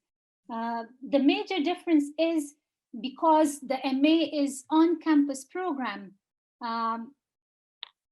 students can really focus. They have to have their classes every day of the week within the term, so they get to see their teachers more often, whereas in the MSc program, students really need to be very well disciplined and good at time management, because they are here with us only for around 6 weeks or so in a term, and then the rest of the time they are in their workplace. They get distracted by family, by work-related issues, and then keeping in touch with their dedicated tutors is important. So I think that is the only difference. Otherwise, in terms of rigor, in terms of expectations of quality of work, both programs are the same. Okay, thank you. What about working for master students? Could master students work during their studies at your school? So, you know, the MSc in educational leadership, those students, most of them already work in their own context. And as I said, it really depends on, they can't teach. So we don't have undergraduate students. Therefore, we can't allow master students to be teaching other master students. But we employ them in project management. We offer them research assistantships whenever opportunity arises. Last year, I employed 2 master students in a funded program. This year, I have even further research funding, and I will be employing. So that is where most of them are employed. And PhD students get opportunity both to work as research assistants as well as graduate teaching assistants. Okay, there is a very specific question because Gulnur Isinbekova would like to become a pedagogical designer. So she is asking if I will apply to educational leadership program, how it will help me. So she wants to become a curriculum designer? No, pedagogical designer. Okay, so within the school education program, we offer different specializations, yeah? All programs will have research training modules. All programs will have modules that focus specifically on theories, on debates and issues within that area of specialism. And then we have curriculum design. So within school education, I teach curriculum design and management. Same would be the case in inclusive education, in higher education. They will have a module on curriculum design, but specific to their area of specialization. And within curriculum, pedagogy is important because curriculum is not just a piece of document or translating that in textbook. Curriculum is enacted, and it is enacted by a teacher through different pedagogic methods, which are then anchored in different understandings of teaching and learning. So regardless whether they want to do, whether she wants to do an MA in multilingual education or any of the remaining 3 specialisms, there will be a focus on curriculum in relation to that specialism and pedagogy and assessment in relation to that specialism. Thank but you. it is not, we don't offer teacher training. Yeah. Okay? So we will be discussing pedagogies and the different psychological theories underpinning different forms of pedagogies, but it is not a teacher training certificate or program. Yeah, okay, I got it. Another question is about, does GEC provides any internships abroad for the master's students and the PhD students? For the PhD students, they spend 1 year abroad, 1 term abroad, either in UPenn or in the University of Pennsylvania. That is for PhD students. We don't have similar structured internship program for master's students, but no students are encouraged. Sometimes there are summer programs. Many students apply to those programs and many get selected as well. Some get funding as well, bursaries by those who provide those programs, but we don't have any study abroad structured program for master students. Okay. Another question will be about what kind of opportunities students have during their studies to make some publications, to participate in conferences? Students, as I said, we offer a very intensive research training. Students are expected to produce a substantial piece of empirical research, and they can either publish that independently or in collaboration with their teacher.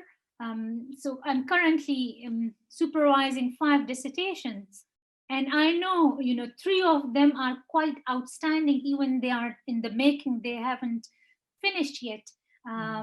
So I will invite those students to write a publication with me, and often students might feel reluctant or not have the necessary confidence. So when you work with a supervisor, it is easier to write your first paper. We also have our own journal.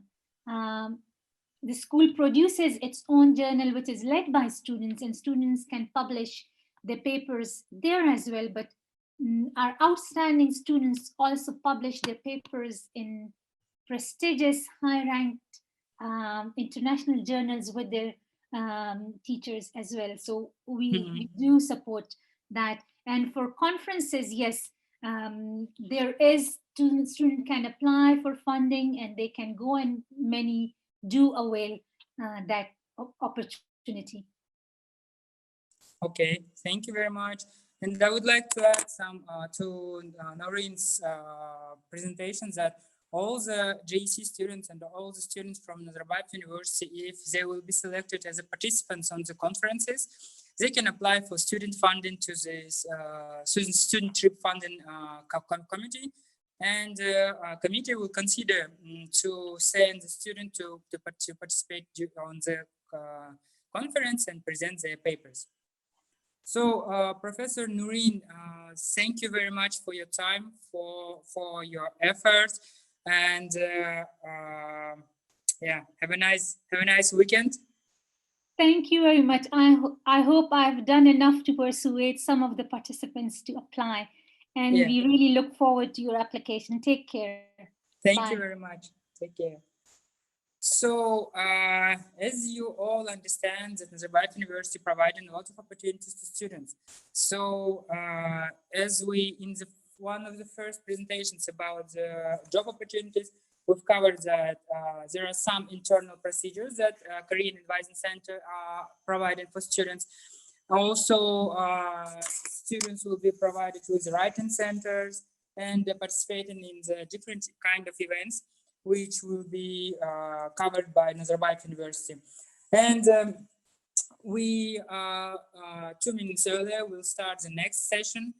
Next session will be about, from the professor of graduate school, School of Mining and Geosciences, who will speak about the importance, or maybe is a mining career a bold chance. So Professor Safet Yagız The floor is yours. We will try to collect all the answers and we'll cover questions in chat.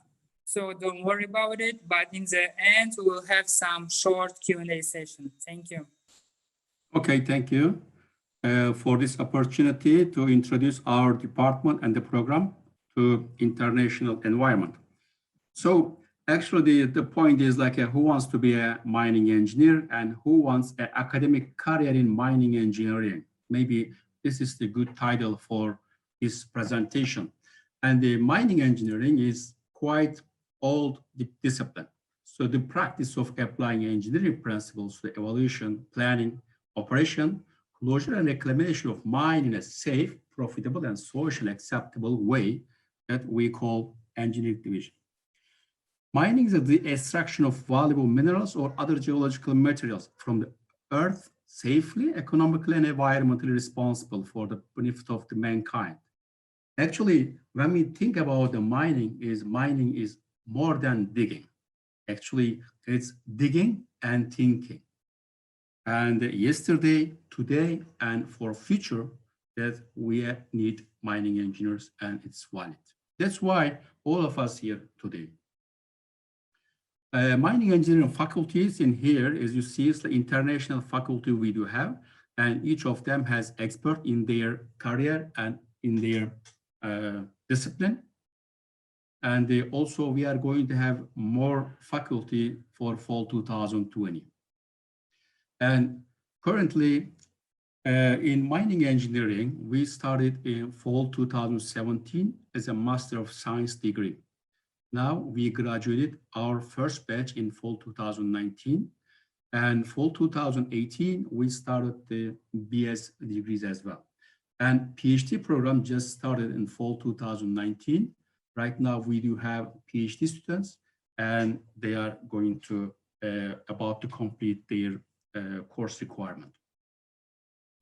When we think about the mining, actually we should talk also the mining societies, what is mining means and then what's our society. Let's look at this watch with this video a little bit.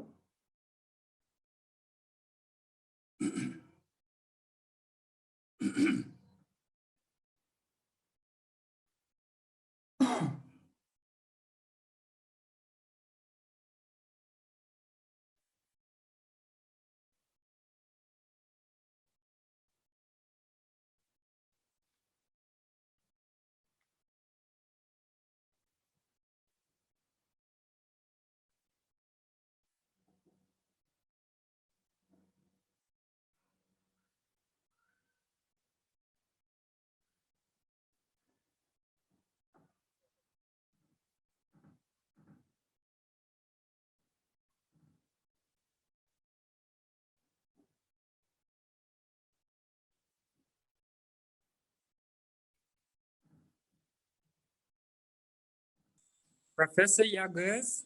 Yeah. Okay. Yeah, I'm here.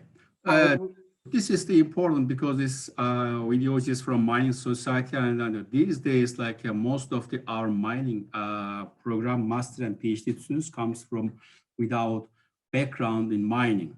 And that's why I like to share these videos to what is mining means for international community and then interdisciplinary engineers.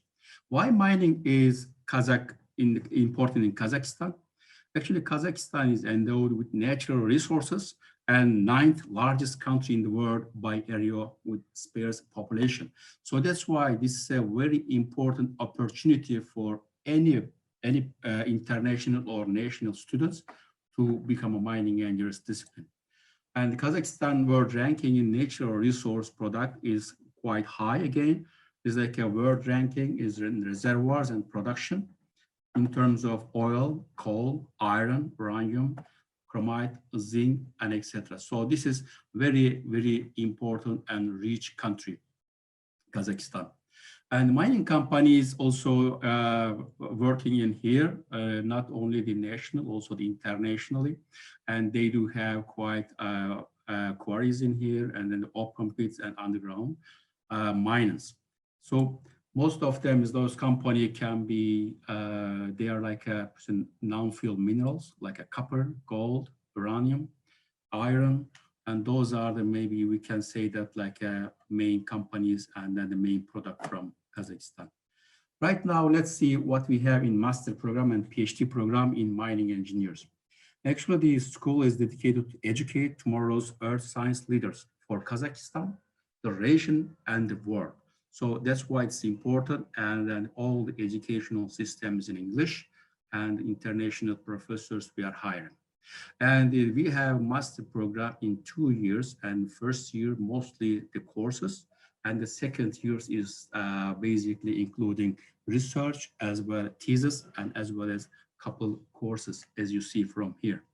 And also the elective courses, we do have those courses important to say, select your future career and what you want to do. You want to do geomechanics, geostatistics, or data mine, or digital data interpretation, or underground, or rock mine, or mechanized excavation, tunnels. Those are the main subject as you realize as an engineer.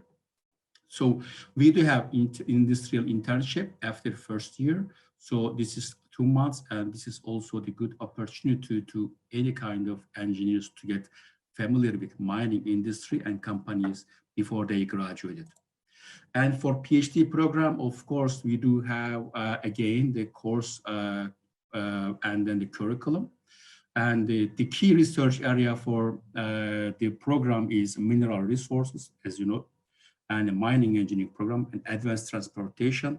The mineral resources is mostly the expand knowledge and technology through teaching and research for prospecting, extracting, recovering, or utilizing the earth resource.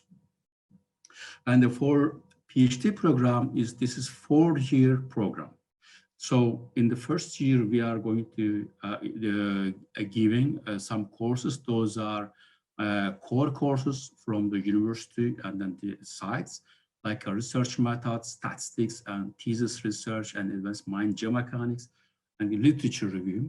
On the second year, we are going to have, again, some kind of courses and some elective courses. Those are optional. And then after the first year, we completed the program, then the research starts with the supervisor, which chosen by students. And the master and PhD in mining engineering program, we are like focused on kind of like a technological subject and interdisciplinary mostly, kind of automation, geotechnology, data science, and data mine. And we are working with Colorado School of Mines, who are the most popular and then the first ranked school in terms of earth science discipline and the mining engineers. And we do have in here research integrated teaching. What that means is that we are using both laboratory and then the class to give the knowledge as much as we could to our students.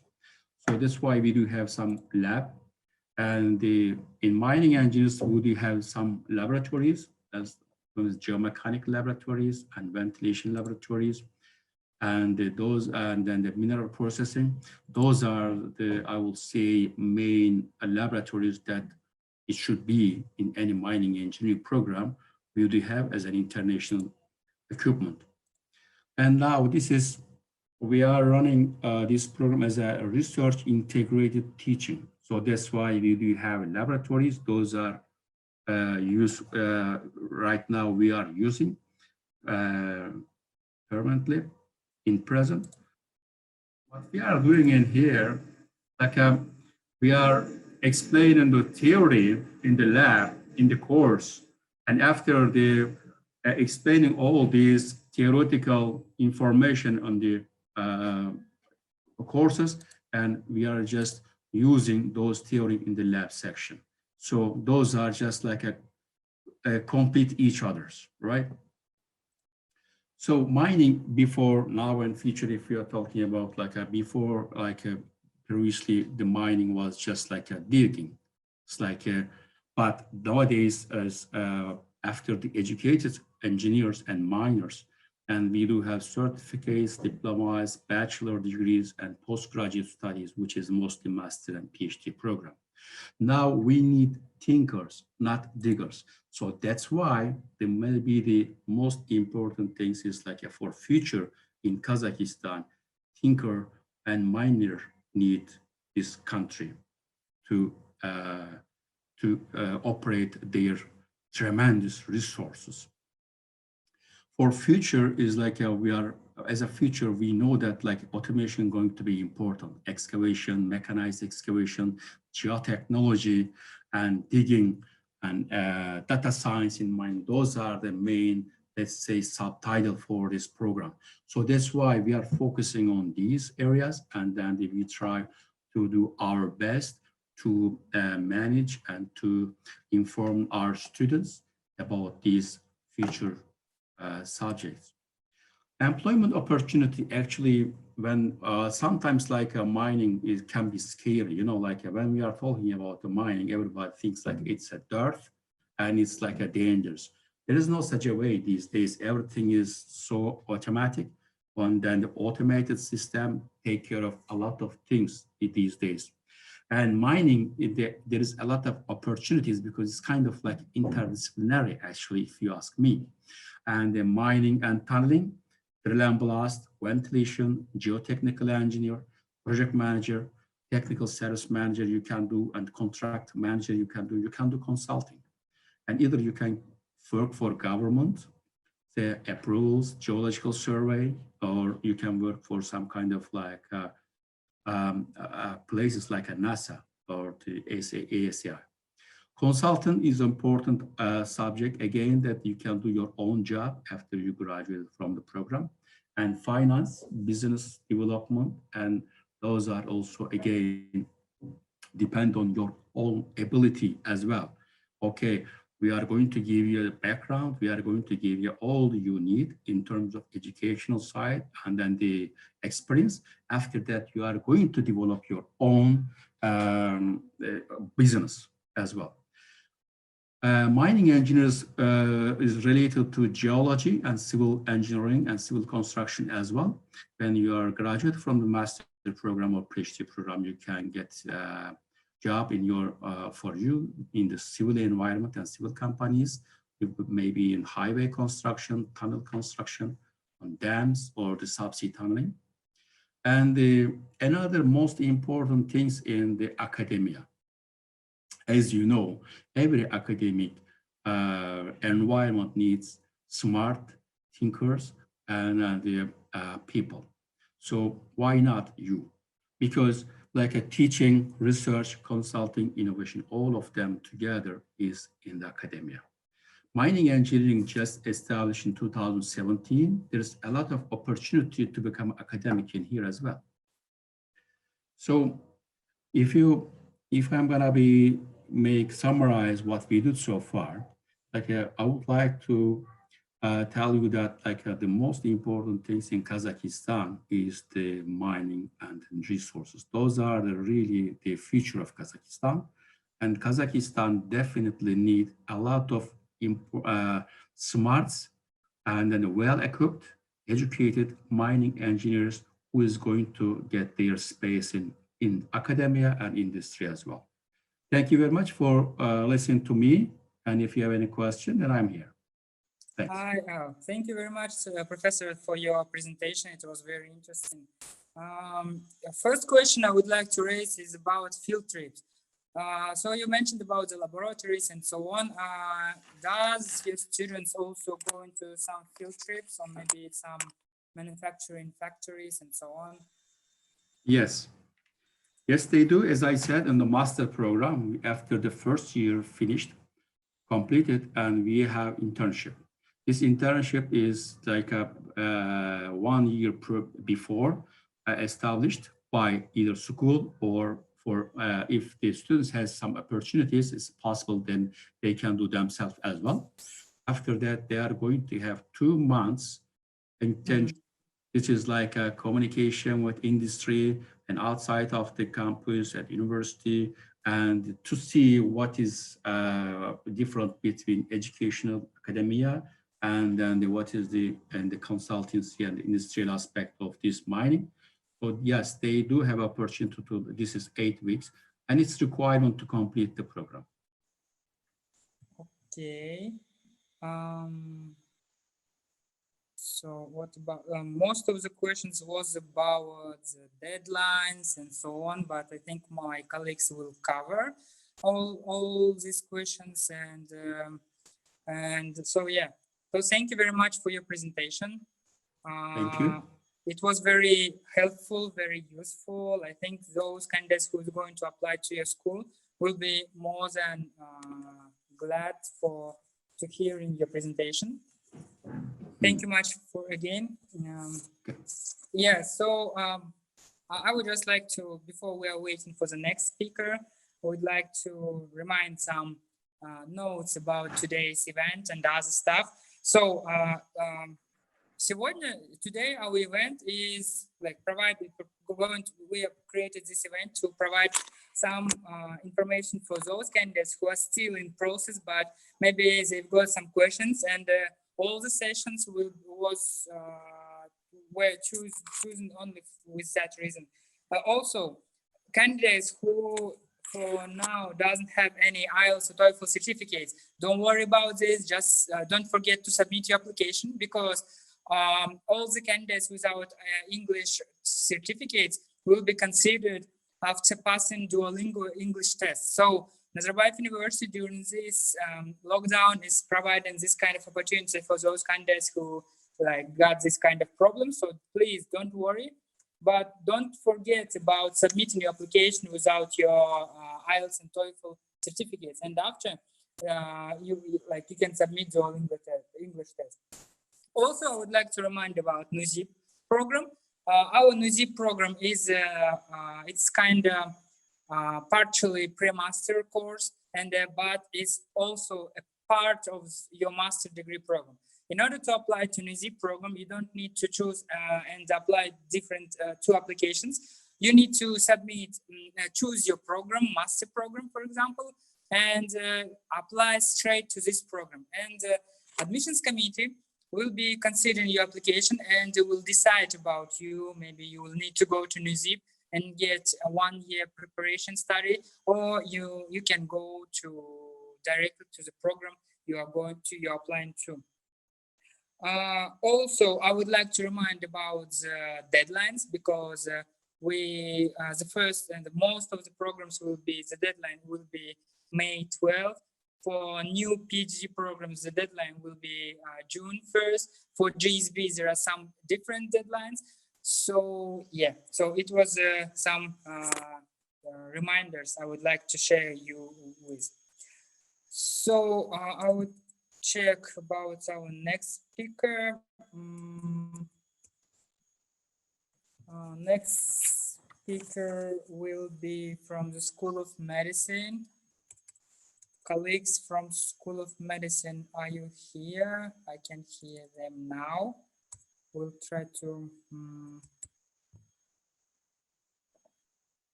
let's wait a little bit for their presentation, because their presentation should be after 10 minutes, so maybe they will come soon. Leila, are you here?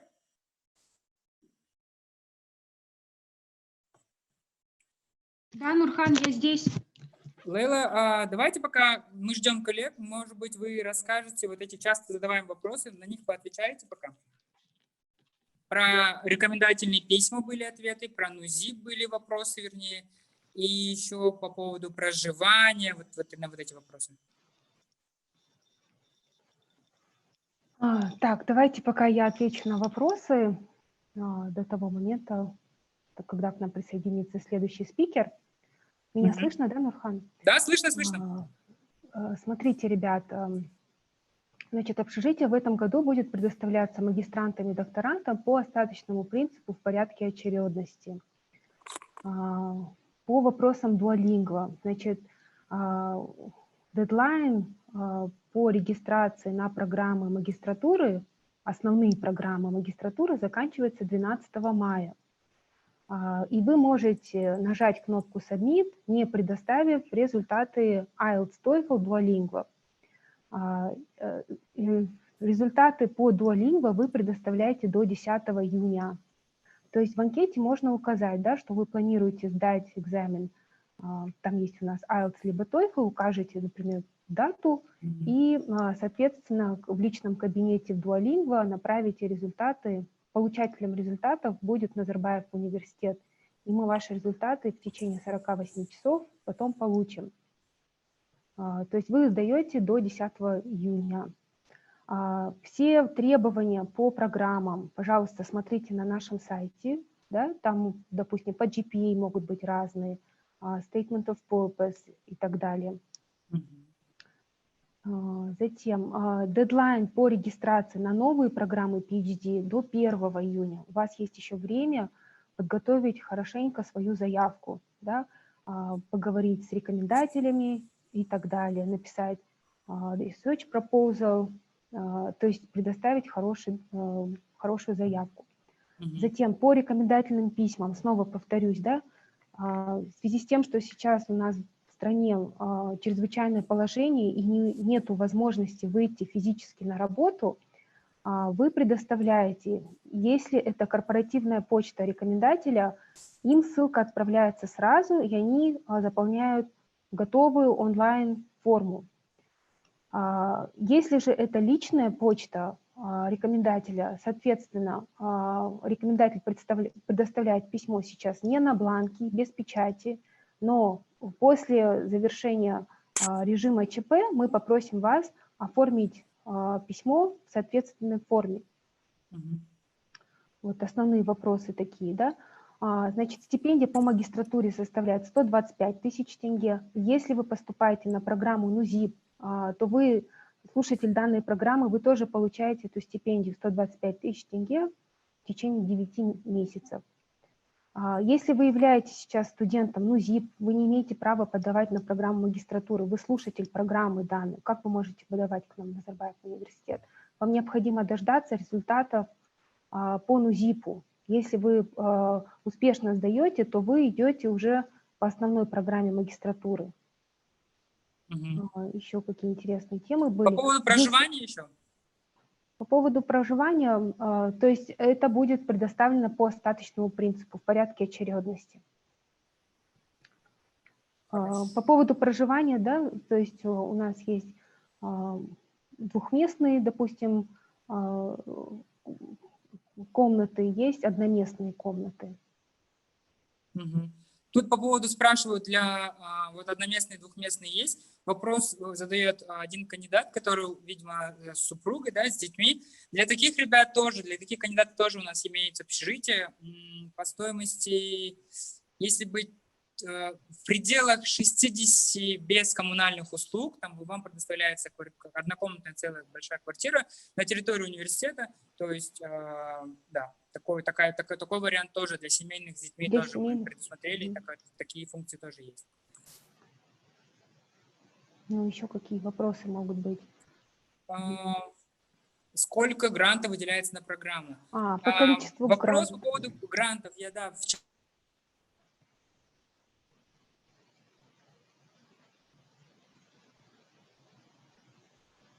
программу еще точно неизвестно. будет известно только после того, как выйдет постановление правительства Республики Казахстан, в котором будет указана цифра грантов, которые выделяются для Назарбаева университета. Поэтому, если что, следите за данными, вам в любом случае придет одно письмо от Назарбаева университета о том, что вы поступили либо не поступили, и в этом письме, если вы поступили, будет указана форма финансирования, что это вы поступили на грант, либо не на грант. Я думаю, что наш следующий спикер уже пришел. Профессор Мухаммед Аль-Джуфан сегодня будет говорить про очень интересную тему для всех нас, потому что лечение COVID-19, наверное, все хотят узнать про вот эту тему. Он расскажет сегодня про загадки открытия препаратов. So, Professor, welcome to our session. Yeah, I would like to introduce my colleague who is now currently working in School of Medicine, and we'll speak about the treatment of COVID-19, the puzzle of drug discovery. So, Professor, my colleagues will be trying to answer all the questions raised in the chat. Don't worry about this, and you've got 20 minutes. So, wish you good luck. And Thank you so much. Thank you so much for this introduction. I don't know if Asil wants to speak, or should I start with the presentation?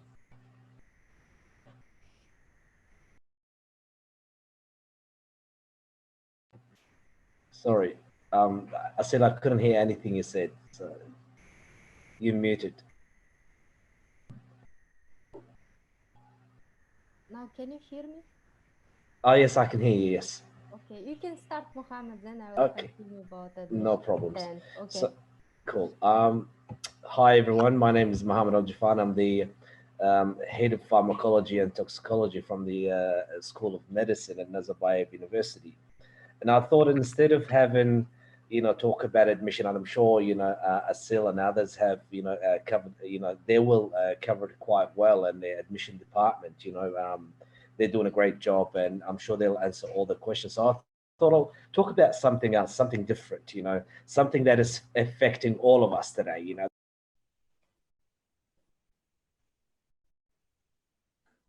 You are mute, Muhammad. It says muted by the host. So, okay. So I thought, yeah, we'll talk about something that is affecting all of us today. And the reason why we are on Zoom today is because of that. So I thought about talk about COVID-19, and I thought I'll touch a bit on a personal experience or a personal story that I've gone through in a similar virus as COVID-19. As you all know, COVID-19 is caused by a coronavirus, and it stands for Coronavirus Infectious Disease 2019. That first came to light on December 2019 in China. And today, as you can see here with this map, that coronavirus is spread all over the world, and you see the epicenter now is Europe, or the United States, unfortunately. This map's about 3 days old, and it shows you where the virus is spread all over the world, and it continues to spread. Hopefully that it will, the spread will slow down or stop in the near future. But as we all know, there's no treatment, no vaccine or treatment for this virus. So that's what makes it quite one of the problems that we're facing at the moment. So where does it come from? Coronavirus comes from a as you know, a coronavirus disease, which is distributed all over the world, as we said, and it's a member of a family, bigger family called Coronaviridae, which has a similar virus previous outbreaks in coronavirus, such as that one, what's known as SARS, caused a sudden acute respiratory syndrome, or it's a related virus, which is called the Middle East respiratory syndrome related viruses. All of these viruses are caused by coronavirus. What makes coronavirus the one we see now, or you know, the SARS, the previous one, the SARS-CoV coronavirus 1, or the Middle East coronavirus, is that these viruses are called zoonotic viruses, which means they travel from human to animal and vice versa, and also travel from human to human or animal to animal. And that makes it quite hard to deal with because it's hard to control per se. So, you know, Ebola, for example, Ebola is another example of a zoonotic virus that comes from animals to human. You got bird flu, you know, the bird flu that we've heard of, you know, like 10 or 15 years ago. You got the bird flu. So all these viruses, what makes them quite unique that's the fact that they can travel from animals or even insects. Some you know, viruses travel from insects to people and vice versa, or insects to animals to people and so on. And that's one of the problems that we're facing with these viruses. So the question is, where does it come from?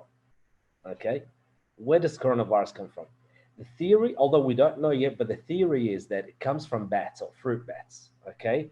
And I'm sure that most of you, or a lot of you guys, have seen this soup bat, and a lot of you guys think, I'm sorry for the picture, I can see a cell there gone back, but a lot of people, you know, think it came from this soup bat in some countries that they eat it, but that's not that's not the theory. That's not true, because this soup bat is already cooked, okay? So the virus would have died, but that's not true. Okay. So where does it come from? So the theory is, and I'm giving you a theory here that I worked on it myself, okay? So it comes from bats, and bats, creatures that have, or species that have many, many viruses. It has rabies, it has Hydra, Nipah, coronavirus. You'll be surprised how many viruses these bats have. So what happened is, this is theory. Bats go eat fruits on the trees, okay? So they go eat an apple or mango or something on the tree, and that apple or mango might get infected, and some half of it will be eaten, so the virus will be there. What happens then? Human comes and eat this apple, you know, or a mango or something, this particular fruits, and they get the virus. Another reason, or another theory, is bats come eat on the trees. Those trees, you know, some of the animals, some of the fruits fall down, the animals come and eat it. The animals get infected, animals get in contact with each other and get in contact with human, and they get infected. So that's how, you know, potentially, this is a possible way of how the virus traveled from bats to humans, okay? And the reason why I'm saying this, because we have, or I have studied many years ago, and for a long, long time, viruses that are much, much deadlier than coronavirus. I worked with two viruses. One's called Hydra virus, the other one's called Nipah virus. In comparison to coronavirus, coronavirus has a mortality rate or death rate. So if someone gets the virus, they've got 3% death rate. Coronavirus has about 3 to 4% death rate. Hydra virus and Nipah virus, the viruses I worked with, they had about 60 to 80% death rate. So if out of 100 people who get the virus, it'll be 60 people will be dying to about 80. Coronavirus, you might get 3 of those people might die, and the rest will recover. So that's how dangerous they were. Hydra virus, it comes in horses, through horses, and so horses get sick. As I said, horses through bats, they get sick. The horses be treated by the veterinarian and the nurses who are involved. So horses will infect each other, and then infect veterinarians or doctors who treat the horses, as well as nurses involved, and anybody else. So the horse, you know, the horse owners. Unfortunately, in Australia, this is in 1994 first came, and then started to come every year. A lot of people have died, through the clusters of Hydra virus infections. They come every year, and there was no treatment, no vaccine, no treatment. So what they did was to actually stop everything, or all contacts with horses. Is exactly like what we're doing now, quarantine. So they stopped all contacts with horses, and they stopped horse racing, and stopped any other activities with horses, and isolate these horses to make sure the virus, stops. And that's what happens. Stops. That was in Hydra. The second virus was in Nipah. it came in Singapore and Malaysia. So what happens? The virus came through the bats to pigs and pigs to human, and a lot of people have died, unfortunately. And to control that again, to control these infection was by killing by killing the pigs. And they killed about 1 million pig was killed because there's no treatment. And if they keep going, virus will go everywhere. A lot of people will die. The virus keeps coming every year in Southeast, in East Asia, Southeast Asia, in East Africa, in other countries. It comes every year. There are many, many viruses that we don't know of, but this particular case we found out, and it was found out really by a smart guy. As I was going to say in my previous talk, I was thinking, what talk should I give? Maybe I was planning to give a talk how we found out what these viruses were. Now, why? Okay, there was COVID-19. You know, we have Nipah virus, Hendra virus, SARS-1. We have bird flu, swine flu. So many viruses that came from animals to humans, zoonotic viruses. But why COVID-19 in particular has stopped the world? And the whole world is sick now. The whole world is in quarantine. Why? Well, you know, there are certain characteristics about COVID-19 that makes it, you know, dangerous. So first is it has a very high infectious rate. So infects from one person to person is pretty quite high, or from animals to human. Some studies have shown that the virus can live in surface for 6-7 hours. It can live on different surfaces on many hours. You know, sometimes even package, you know, through things that you buy from the supermarket, if they're infected, these packs could survive up to 24 hours in the fridge or freezers. Also, there's no treatment. There's no vaccine or treatment to treat coronavirus, the current coronavirus, and that's why it makes it one of the hard issues to deal with. Third one, it has a very high community transmission rate, so which means that the virus can be transmitted within the community at a very high rate. If one person gets infected, then the rest of people, it's most likely will infect 5 or 6 other people. In about a week's time, it might have even infected 50 or something. That's how high it is. And for these reasons, to work with coronavirus or COVID-19, you would have the burden of working in what's called a biological safety level 4 laboratory, such as this laboratory here. This is my photo when I was working with the other 2 viruses. And to be able to work with these viruses, you have to, you know, wear something like this. And it's not just like that. So can you imagine this door here? Behind it, there's another door. Behind it, there's a small, about 2 meters area, like 2 square meters. And then there's one other door and then another 4th door there. So to wear this orange suit, I have to first come in, take all what I'm wearing, all my clothes off, go into an airtight door, close it, open the second one, then go into that 2 square meter area there, put an overall inside the white stuff, you know, wear white stuff, put some gloves, put some socks, and then put this headphones there that you can see, connect this headphone to security outdoor this building, a security and security camera. And then put this orange suit that you can see. Then go into another door there in this side, then open through and come into that door there. Once I'm in, I connect this yellow wire there. You can see what yellow wire to blow air for me, so I can breathe through air that comes through here. And then you can be dealing with deadly viruses. Now the problem with this is this yellow, you know, this orange suit is very heavy. About 5 or something, or 10 sometimes kilograms, quite heavy. And you got a wire there. They can see the pipe there blowing air into your mouth and nose, you know, like all day, like, you know, hours. And then you get people who talk to. So if you get itchy nose or itchy eye, you can't do it. You just have to, you know, just stay with it. And so for people to work with these viruses, to find a drug or vaccine for such a virus is, you know, you can appreciate it's going to be a very hard task for people, because, you know, this is another burden that they have to face. So what we as pharmacologists do in terms of treatment for coronavirus, well, one of the projects that we're planning to do is actually to design, to understand the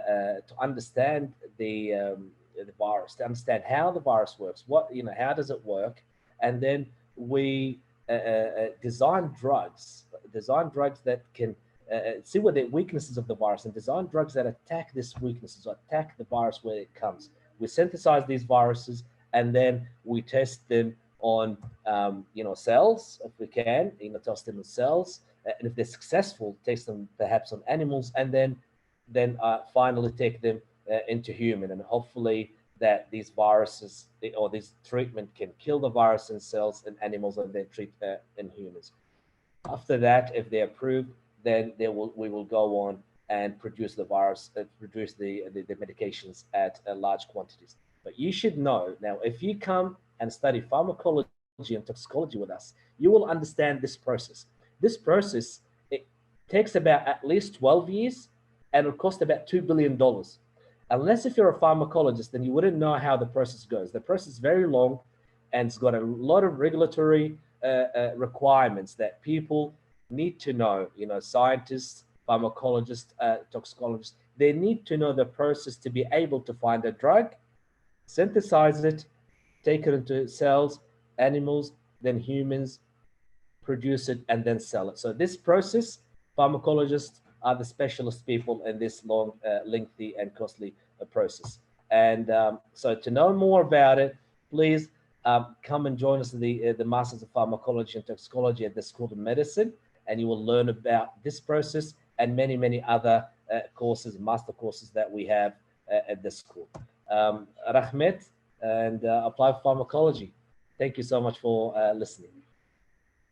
And that's it for me. Thank you very much. It was very actual program presentation because everyone is speaking about COVID and everyone is sitting at home. There are some questions raised by our participants.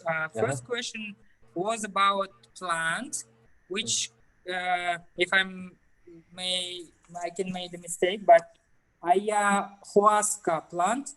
Do you know something about this kind of plant? Not really. What's the scientific name? Ayahuasca. I don't know. This, one of the participants raised about this plant and about the research and the treatment opportunities of this plant and so on. So look, there is no treatment approved now for coronavirus. Okay, there is no treatment approved, and unless unless it's tested. I may mention to you an example. Thanks for the heart.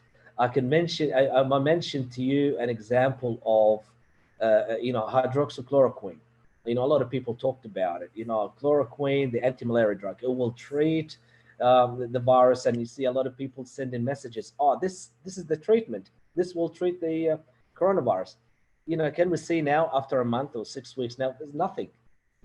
All these are trials. So what they're saying is this drug has came to trial and it's under trial. It's been tested, but it's not approved. So all these treatments that you can hear about are not proved yet. Okay, great. Also, there have been a lot of questions about the residency program, about the deadlines, about the opportunity to apply to residency, how they can apply, what they should do, also about UCMLE testings. This question's been earlier today. This so can be, Asel can answer. Yes, I Could can you cover please also? Yeah, sure, I can help with that question. So we have 6 types of residency programs. You can find them on our website, nusom.nu.edu.kz. So there are 2 types of admission. First is unconditional and second one is conditional one. Now our online registration is open, so it will end on 29th of May. So to apply for unconditional admission, you need to have IELTS or Duolingo test results. And second, USMLE step 1 or IFOM results. So we don't have minimum for IFOM or USMLE. Excuse me, could you speak a little bit louder or maybe closer to microphone? Oh, yes. So there are two types of admission. First is unconditional. In order to apply for unconditional, you need to have USMLE step 1 or IFOM basic science. Second one is IELTS or Duolingo test results.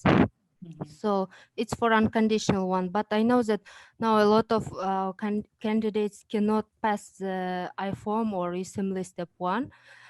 So we are planning to conduct the IFOM on June, but I'm not sure whether we can do it or no. So that's why we're making amendments into our rules for admission. So in order to apply for conditional one, so now you need to have IELTS results or Duolingo. And second, IFOM you can pass with us within 1 year. Great. So, and also there is the second type, which is a conditional one, the earliest one. So you need to submit all your required documents, and IELTS or IFOM you can pass within also 1 year. But admissions committee should recommend you for admission. But in order to apply for this type of admission, you need to have the recommendation letter from UMC. So I think they will start the admission process on July. Okay. Also, there've been question about MCAT test, how to pass, because maybe there will be some alternatives about this. Unfortunately, we don't have alternative examination for MCAT, but now we're also making amendments and hope in 2 weeks we'll make announcement that you can apply without MCAT, but we'll give you time, period of time, but it's not approved yet. So I kindly ask all applicants to wait just for 2 weeks, and maybe we'll extend the deadline of submission of MCAT. So it's under the process. So I cannot answer to this question now because it's not approved yet. But if you have IELTS enough 7.0 and if you have GPA 3.0, so you can just apply and we'll let you know about the MCAT. Okay.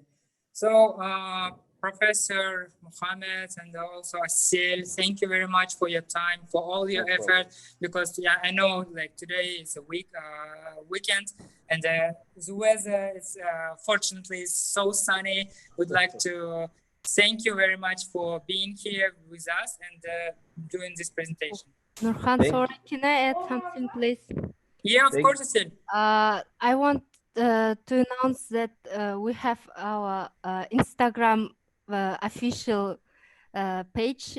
It's called Nusom Official. You can just follow us on Instagram and you can ask your questions directly just by sending message there. So I'm the administrator, so I will answer your questions just directly. So that's great. Yeah. Thank you so much for having me today. Official. Thank you very much, for having me today. Thank you very much. Yes. Good luck, everyone. You. Good luck in your application, everyone. See you next year or next semester. See you guys. Okay, bye. Yeah, great. So thank you very much for representing the GC School of Medicine representatives. So last but not least, will be presenting my colleague from Graduate School of Public Policy, who working as a Vice Dean for Research. So, Riccardo. Yes. Buongiorno. Ciao, buongiorno. So the floor is yours. Yes, you can share your presentation, share your screen, make your presentation, and we'll try to cover all the questions raised during the presentation after your presentation. All right, fantastic. Thank you so much. Thank you. So let me share the screen. There we go. So I'm Riccardo Pelizzo. I'm an associate professor and the Vice Dean for Research in the Graduate School of Public Policy. I'm very happy to have a chance to present my school and the programs that we are running. The slogan of our school is Good Governance Matters, and we believe that to be true because in order for countries to able to make progress along the developmental path and become better off, more modern, more successful, they need to be governed properly. So our mission is to make sure that we train civil servants, public officials in a way, they can make a greater contribution to the well-being of the country. As you know, the Nazarbayev University was created 10 years ago. We are in the process of celebrating the 10th anniversary of the university. We have several schools, 7 schools, more than 5,000 students, and each of our schools has an international partner. In the case of the Graduate School of Public Policy, our strategic partner is the Lee Kuan Yew School of Public Policy. And the reason why we chose this partner, or the reason why this partner was chosen, is because the Lee Kuan Yew School of Public Policy is the best public policy school in Asia and is the second best in the world. So it was very relevant to what we want to do. They have a fantastic curriculum that was used as a template for our own curriculum. And they have fantastic researchers, fantastic teachers, and we try to emulate what they've done in that school to create the best public policy school in Central Asia. So the other reason why we took LKY, or LKY was chosen as our partner, is that it is an Asian country. In all the other schools, the partner school, the strategic partner is a Western university, Cambridge, University of Pennsylvania, and so forth and so on. But in terms of governance, the local traditions and Western traditions are very different. While it was believed that Singapore would represent a more ideal model for what we wanted to achieve here, and so that's why this partnership was created. The key question is, why would you want to study public administration and public policy with us? Well, the answer is very simple. As you know, the world is becoming increasingly more complex, it's more volatile, it's uncertain. We often speak about how there might be a digital disruption, which means that technology, the new media may disrupt the way in which we used to do things. A lot of the jobs that used to exist. The reason why we think that studying public policy is important is because the world is becoming a very complex kind of place, very uncertain. We just faced the COVID-19, we're still facing in many ways the COVID-19 crisis, and governments around the world had to come up with solutions to cope with a crisis that had not been seen in at least 100 years. This was a very revolutionary moment in our recent history, and therefore, in order to cope with these kind of challenges, with these kind of problems, we need to have good administrators and good policymakers. And so our objective is to make sure that we can provide and supply Kazakhstan and the rest of Central Asia with the kind of talent that are required to run the government well. The second great advantage of studying public policy and public administration is rapidly changing. We need to have various set of skills. We need to be able to solve problems, and the kind of education that we provide prepares our students for the jobs of the future.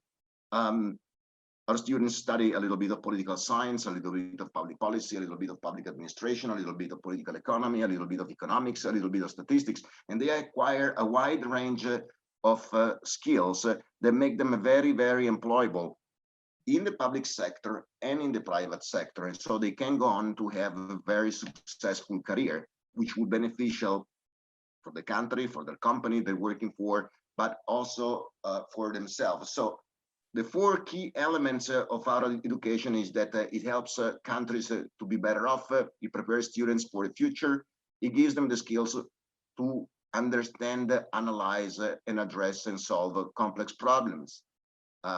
COVID-19 being a very good example. And on top of that, we train our students, we provide our students with soft skills, especially in the case of managing people and doing teamwork, which is the way in which in the modern world we all operate. So the kind of education that we provide is very, very useful. In several respects, the program that we run is unique, at least in the Central Asian region. It is taught in English, obviously, like all the other programs in our university. It's taught in collaboration with the Lee Kuan Yew School of Public Policy. We have an excellent curriculum that was set up and then revised and eventually was accredited by the European Association of Public Administration. So we have the first public policy, public administration program actually accredited at the international level. We have speakers that come and talk to our students. So we have policymakers of great importance that can come and meet with our students. And we have exchange programs. In this respect, all of our students in the summer months have a chance to go and spend 2 or 3 weeks in Singapore for this so-called Singapore component.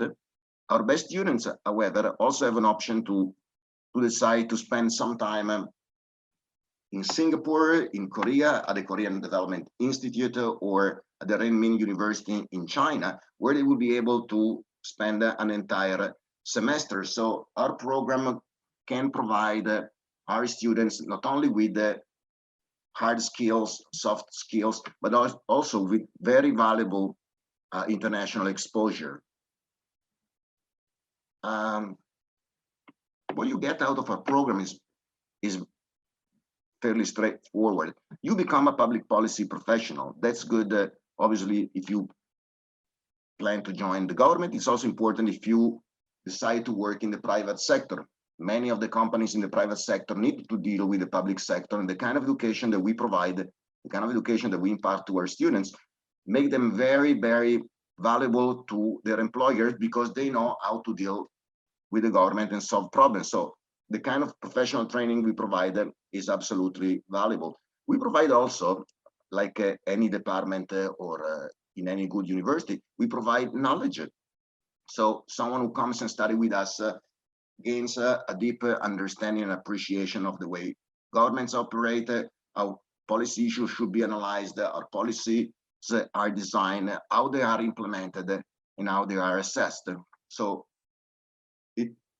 which is something very useful in situations when we need to come up with creative solution for problems that we need to address.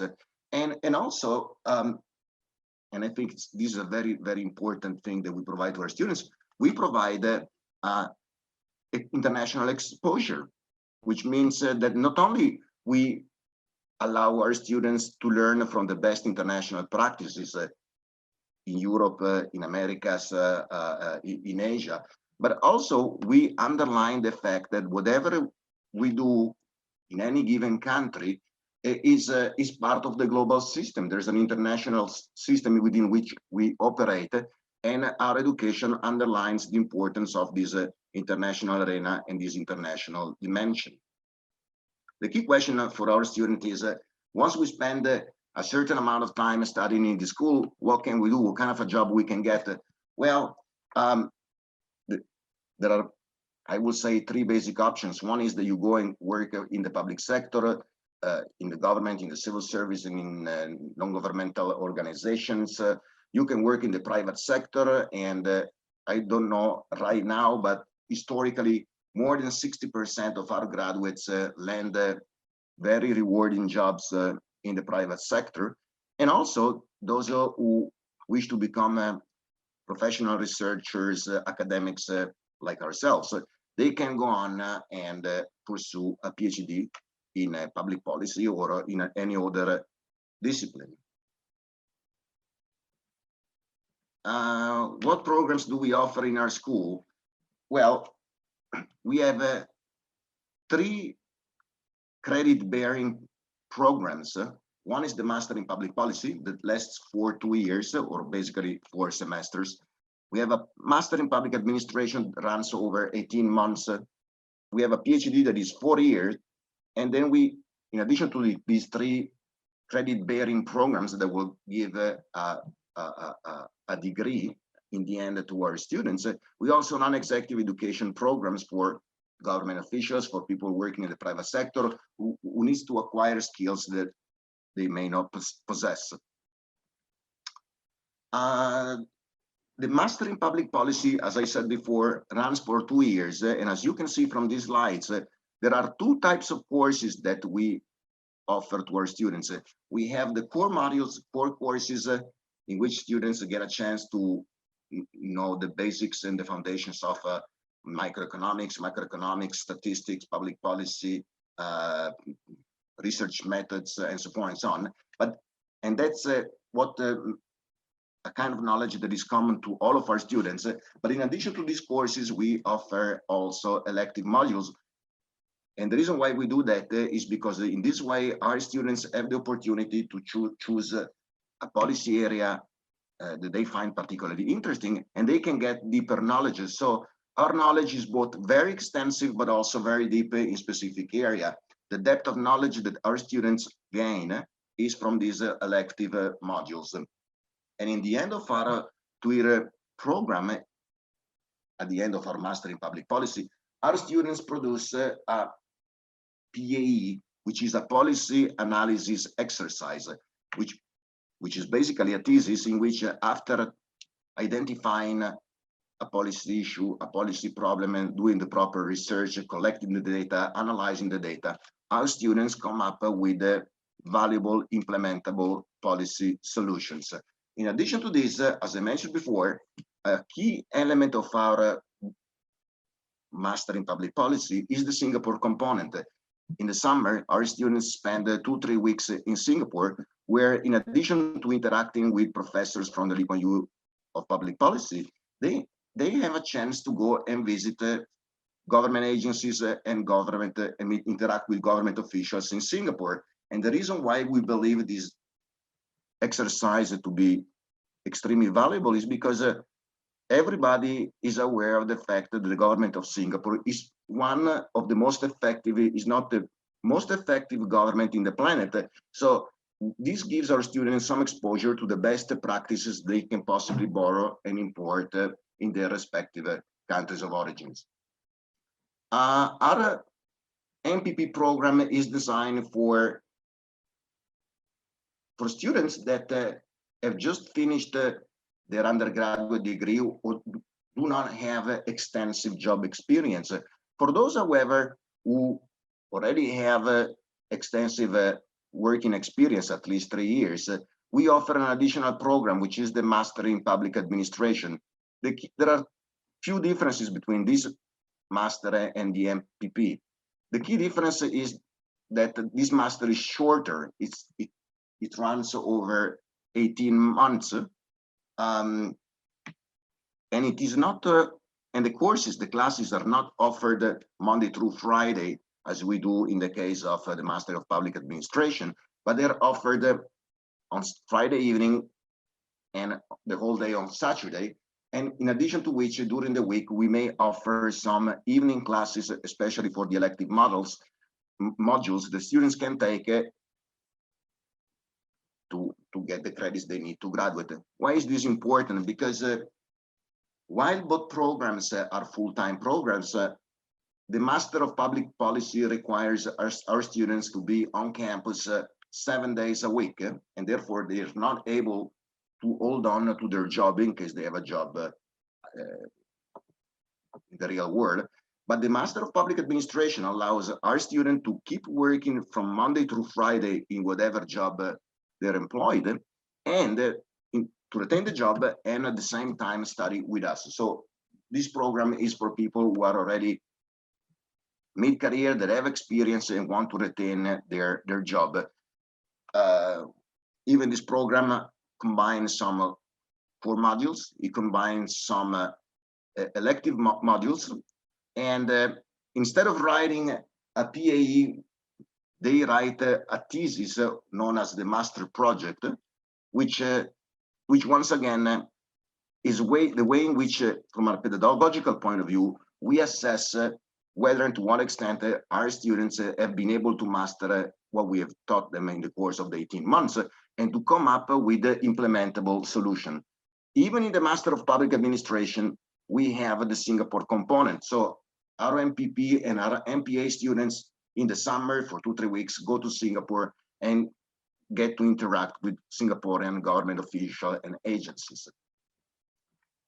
We offer a wide range of elective courses. So in addition to some core modules that give the same kind of education to everybody, our electives give our students the opportunity to explore a wide range of areas, from cost-benefit analysis, to game theory, to comparative politics, terrorism and security, and so forth and so on. I don't go through the whole list, but as you can see, from very specific policy issues, environmental issues, political economy, media, and so forth and so on, we have a wide range of courses that we offer thanks to the talents that we have in-house, and also thanks to the talent that we bring from Singapore, from our partner institution. In addition to these two master programs that last respectively 2 years and 1 year and a half, we also run a PhD program. This is the most recent program that we have launched.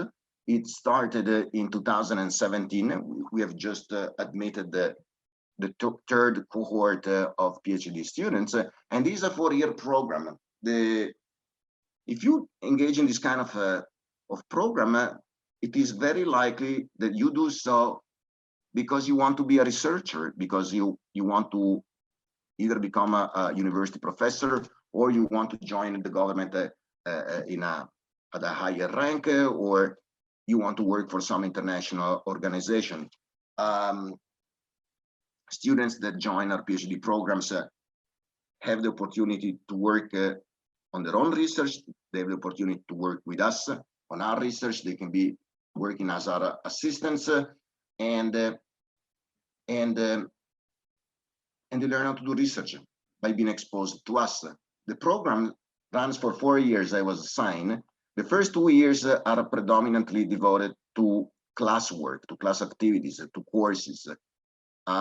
In the 4th semester, which is in the 2nd semester of the 2nd year, our students, in addition to taking some courses like the thesis design and the written proposal, during which they write a proposal for a research that they would like to conduct in the remaining 2 years of the program, also need to take the qualifying exams during which our students are tested about all the knowledge that they have acquired in the prior 2 years. The reason why we do that is very simple. We need to, when our students graduate, they are not only the world leading specialist on the topic on which they did their own research, but we certify that they are able to go and teach the topics, the subjects on which we have provided some training, and to make sure that they have the abilities to perform at a very high level this pedagogical mission.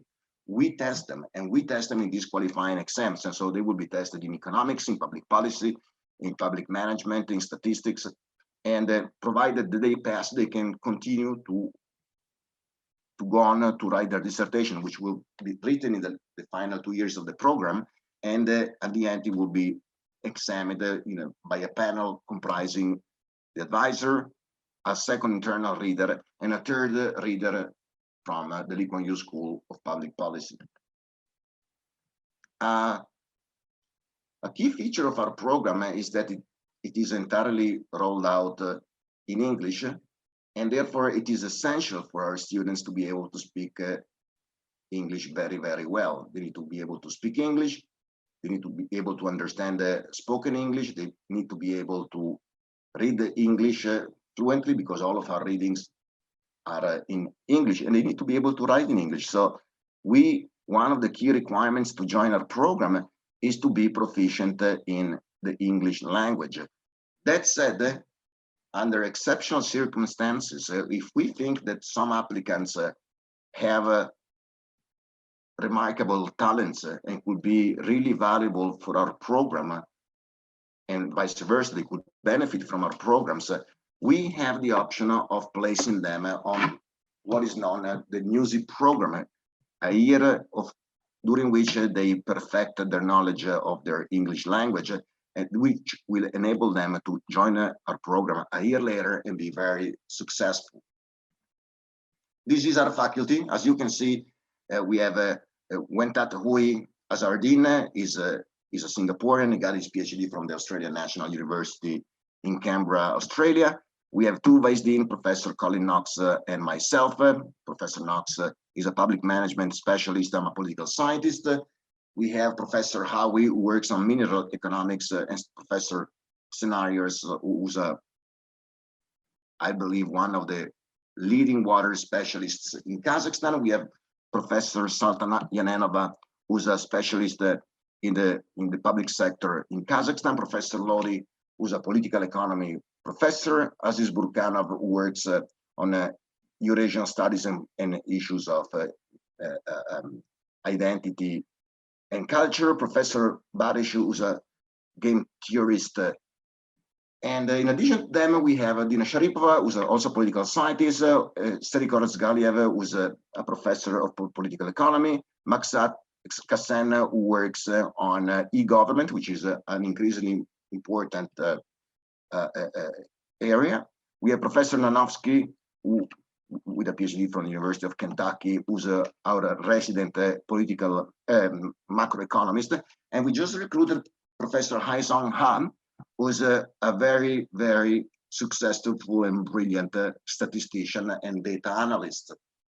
In addition to the talent we have in the school, we rely extensively on the talent that is housed by our partner institutions, the Lee Kuan Yew School of Public Policy. And this is a list of the professors from the LKY School of Public Policy that on a regular basis comes to Nur Sultan to teach courses, to give lectures, to provide mentorship to us, to provide mentorship to the students, and to help our school and our students improve our research abilities and skills. Our students are predominantly from Kazakhstan, since, as you know, we are in Kazakhstan, but we have a very diverse student population. Over the years, we had students also from Kyrgyzstan, Uzbekistan, Tajikistan, Azerbaijan, Afghanistan, India, Singapore, Philippines, Mexico, Italy, India, China, Malaysia, Mongolia. So we believe this is one of the assets of our program, because students from different countries sometimes look at issues in a slightly different way, and this creates a very interesting mix in the classroom that makes class discussion more interesting, more valuable, and increases the chance to have not just the learning from what professors have to say, but also have to have learning thanks to peer-to-peer interaction. So, and I think this is a very, very important element of our program. So what are our strengths? Well, we have an international faculty of a very, very high caliber. Most of our professors publish in the best journals in economics, political science, public policy, and so on and so on. We give our students a chance to do extensive professional networking, which will allow them to have a successful career later on. We have a very rich library where students can find all the materials they need to study and to carry on their own research. We have a great medical services. We have beautiful dormitories. And since, you know, in addition to stimulating the brain, we need to stay healthy and fit, we have fantastic sports facilities that our students can use to keep fit. This is a picture from our students in the Lee Kuan Yew School of Public Policy. That's the Bukit Kimat campus at the bottom. This is where the Lee Kuan Yew School is located. You get into our program, you get to spend 2-3 weeks in Singapore, and you know, you become a member of our GSPP LKY alumni network. What are our international partners? Well, we have 3 basic international partners. The LKY School of Public Policy is our strategic partner. They help us design our courses. They help us to design our programs. They still teach with us. They do research with us, and they help us supervise our master level and doctoral level students.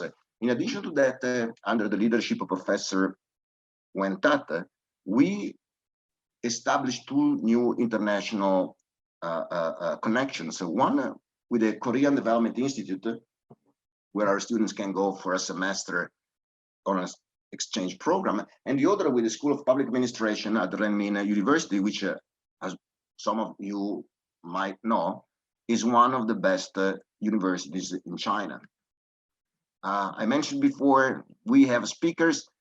Some speakers are depicted here, as you understand, are a very high profile. They come and give talk in the university, but we also have a very rich seminar series in our school, where actually we have more than one seminar series in our school. We have a seminar series in which academics come and present the research. So all of us are updated as to what are the advancements, the progresses in various areas of inquiry, but we also have local, in the sense of Kazakhstani, Central Asian policymakers and diplomats who come and talk to us and to our students, so that you know, we understand, we get a better understanding of the world in which we would like to make a difference.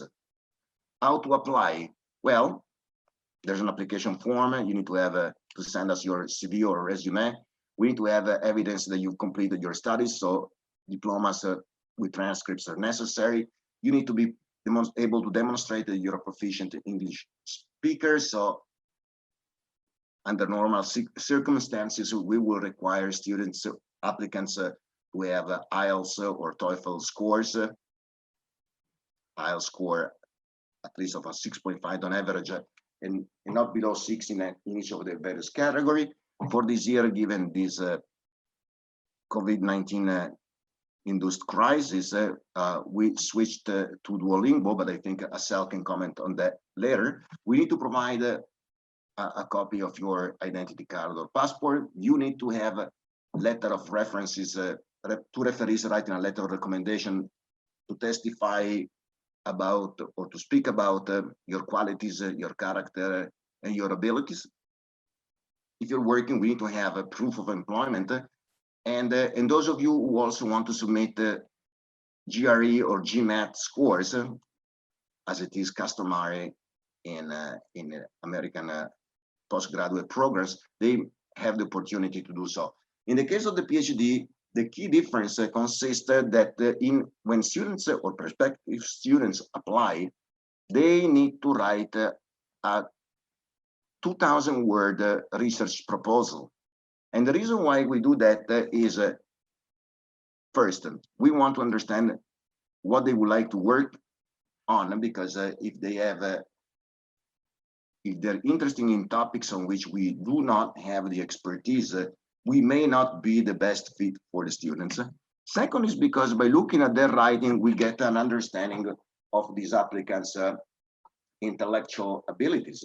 You know, what are their strengths, what are their abilities, and how we could do our best job in shaping them and in transforming them in world-class researchers. In writing the proposal, 2,000 words, some points need to be made. For example, what is the topic that you want to study? Why is it relevant? Why is it important to work on that topic? How do you plan to make that research? What kind of data would you need? How would you analyze those data? And you know, and is the contribution that you plan to make an academic contribution? You want to contribute to a scholarly debate, or you think that the findings of your work can have some significance from a practical point of view and help governments, government agencies, policymakers do a better job? And then you need to have a section of references so we can check the sources that you quote in your work. Admission dates. Well, I think that the 16th of February has passed. Right now, you have time until May 12th to submit your application package, and that will require you to pay a registration fee of 5,000 tenge. This is about the Duolingo. Minimum score required is 105, and for the others who are proficient but not enough, we have the option of the NUSIP that I mentioned before. So how does our process work? By the deadline, we collect all the applications. We screen all the applications. So we have 5 faculty members looking at the application for the MPP program. There's a group of 5 faculty members, including myself, looking at the application for the Master in Public Administration. And we have a third group of our faculty members looking at the application for the PhD program. In each of these 3 groups, we have GSPP faculty members and LKY faculty members. We assess the strengths and the weaknesses of all the applicants. We made the ranking. The top ranked students will be invited for interview. We had a round of interviews earlier on this year. The next one is going to be in June. And on the basis of the interview process that we normally do in person, but this year will be carried out online, we will accept some students to our programs, and by the end of June, middle of June, end of June, we will send out acceptance letters, and with July, students will be enrolled in our program, ready to start in August. If you need any additional information, these are our social media contacts. Please feel free to reach out to us. We are happy to meet you. We are happy to talk to you. Whatever you need, we're here for you. Thank you very much. Thank you very much, Professor Ricardo. Really, I appreciate your presentation, because you've covered a lot of stuff that we are going to ask. And for now, I think all the questions covered about your school and about the programs. I would like to thank you for your time, for your effort you've made today. Thank you very much again. Enjoy your day, enjoy your weekend. You too. And hope to see you soon after this breakdown. Thank you very much. Bye-bye, everybody. Bye-bye. Thank you to all the participants and the speakers. And я хотел поблагодарить всех участников, которые сегодня присутствовали, всех кандидатов, которые смотрели и слушали нас сегодня, потому что с 12 часов до 4:30 это очень долгое время. Многие из вас были от начала до конца. Мы хотим вас поблагодарить. Соблюдайте дистанцию, укрепляйте свое здоровье, иммунитет. Желаем вам всем удачи, счастья, и чтобы, пожалуйста, до 12 числа, если вы собираетесь подавать, не оставляйте онлайн-регистрацию на последний день, потому что, возможно, у вас возникнут какие-то вопросы, либо проблемные вопросы. Чтобы их избежать, во-первых, чтобы у вас было какое-то время на подготовку, заранее, хотя бы за 1, 2, 3 дня уже, пожалуйста, пройдите онлайн-регистрацию, чтобы таких вопросов не возникало. Я еще раз хотел поблагодарить вас всех, напомнить про контактные данные, которые вам могут помочь, если у вас возникнут вопросы. У нас работает колл-центр. Колл-центр работает в рабочее время каждый день с понедельника по пятницу. Номер можете записать, это 64 25 84, по которому вы можете обращаться по всем вопросам, касающимся поступления на Назарбаев университет. Также по всем вопросам поступления вы можете писать электронные письма. Электронный адрес info_admissions@nu.edu.kz. Мы постарались сегодня провести информационную сессию для всех желающих, кто хотел бы узнать про Назарбаев университет. И вкратце давайте я напомню, что мы сегодня делали, из чего состояло наше мероприятие. Наши коллеги из департамента по приему рассказали по поводу поступления на программу магистратуры, докторантуры, дедлайнах, нововведениях, поделились опытом своим студенты и выпускники. Также рассказали сегодня по поводу того, чем занимаются наши выпускники после окончания Назарбаев университета, для чего нужно поступать на программу магистратуры и докторантуры, как и каким образом нужно писать мотивационные письма.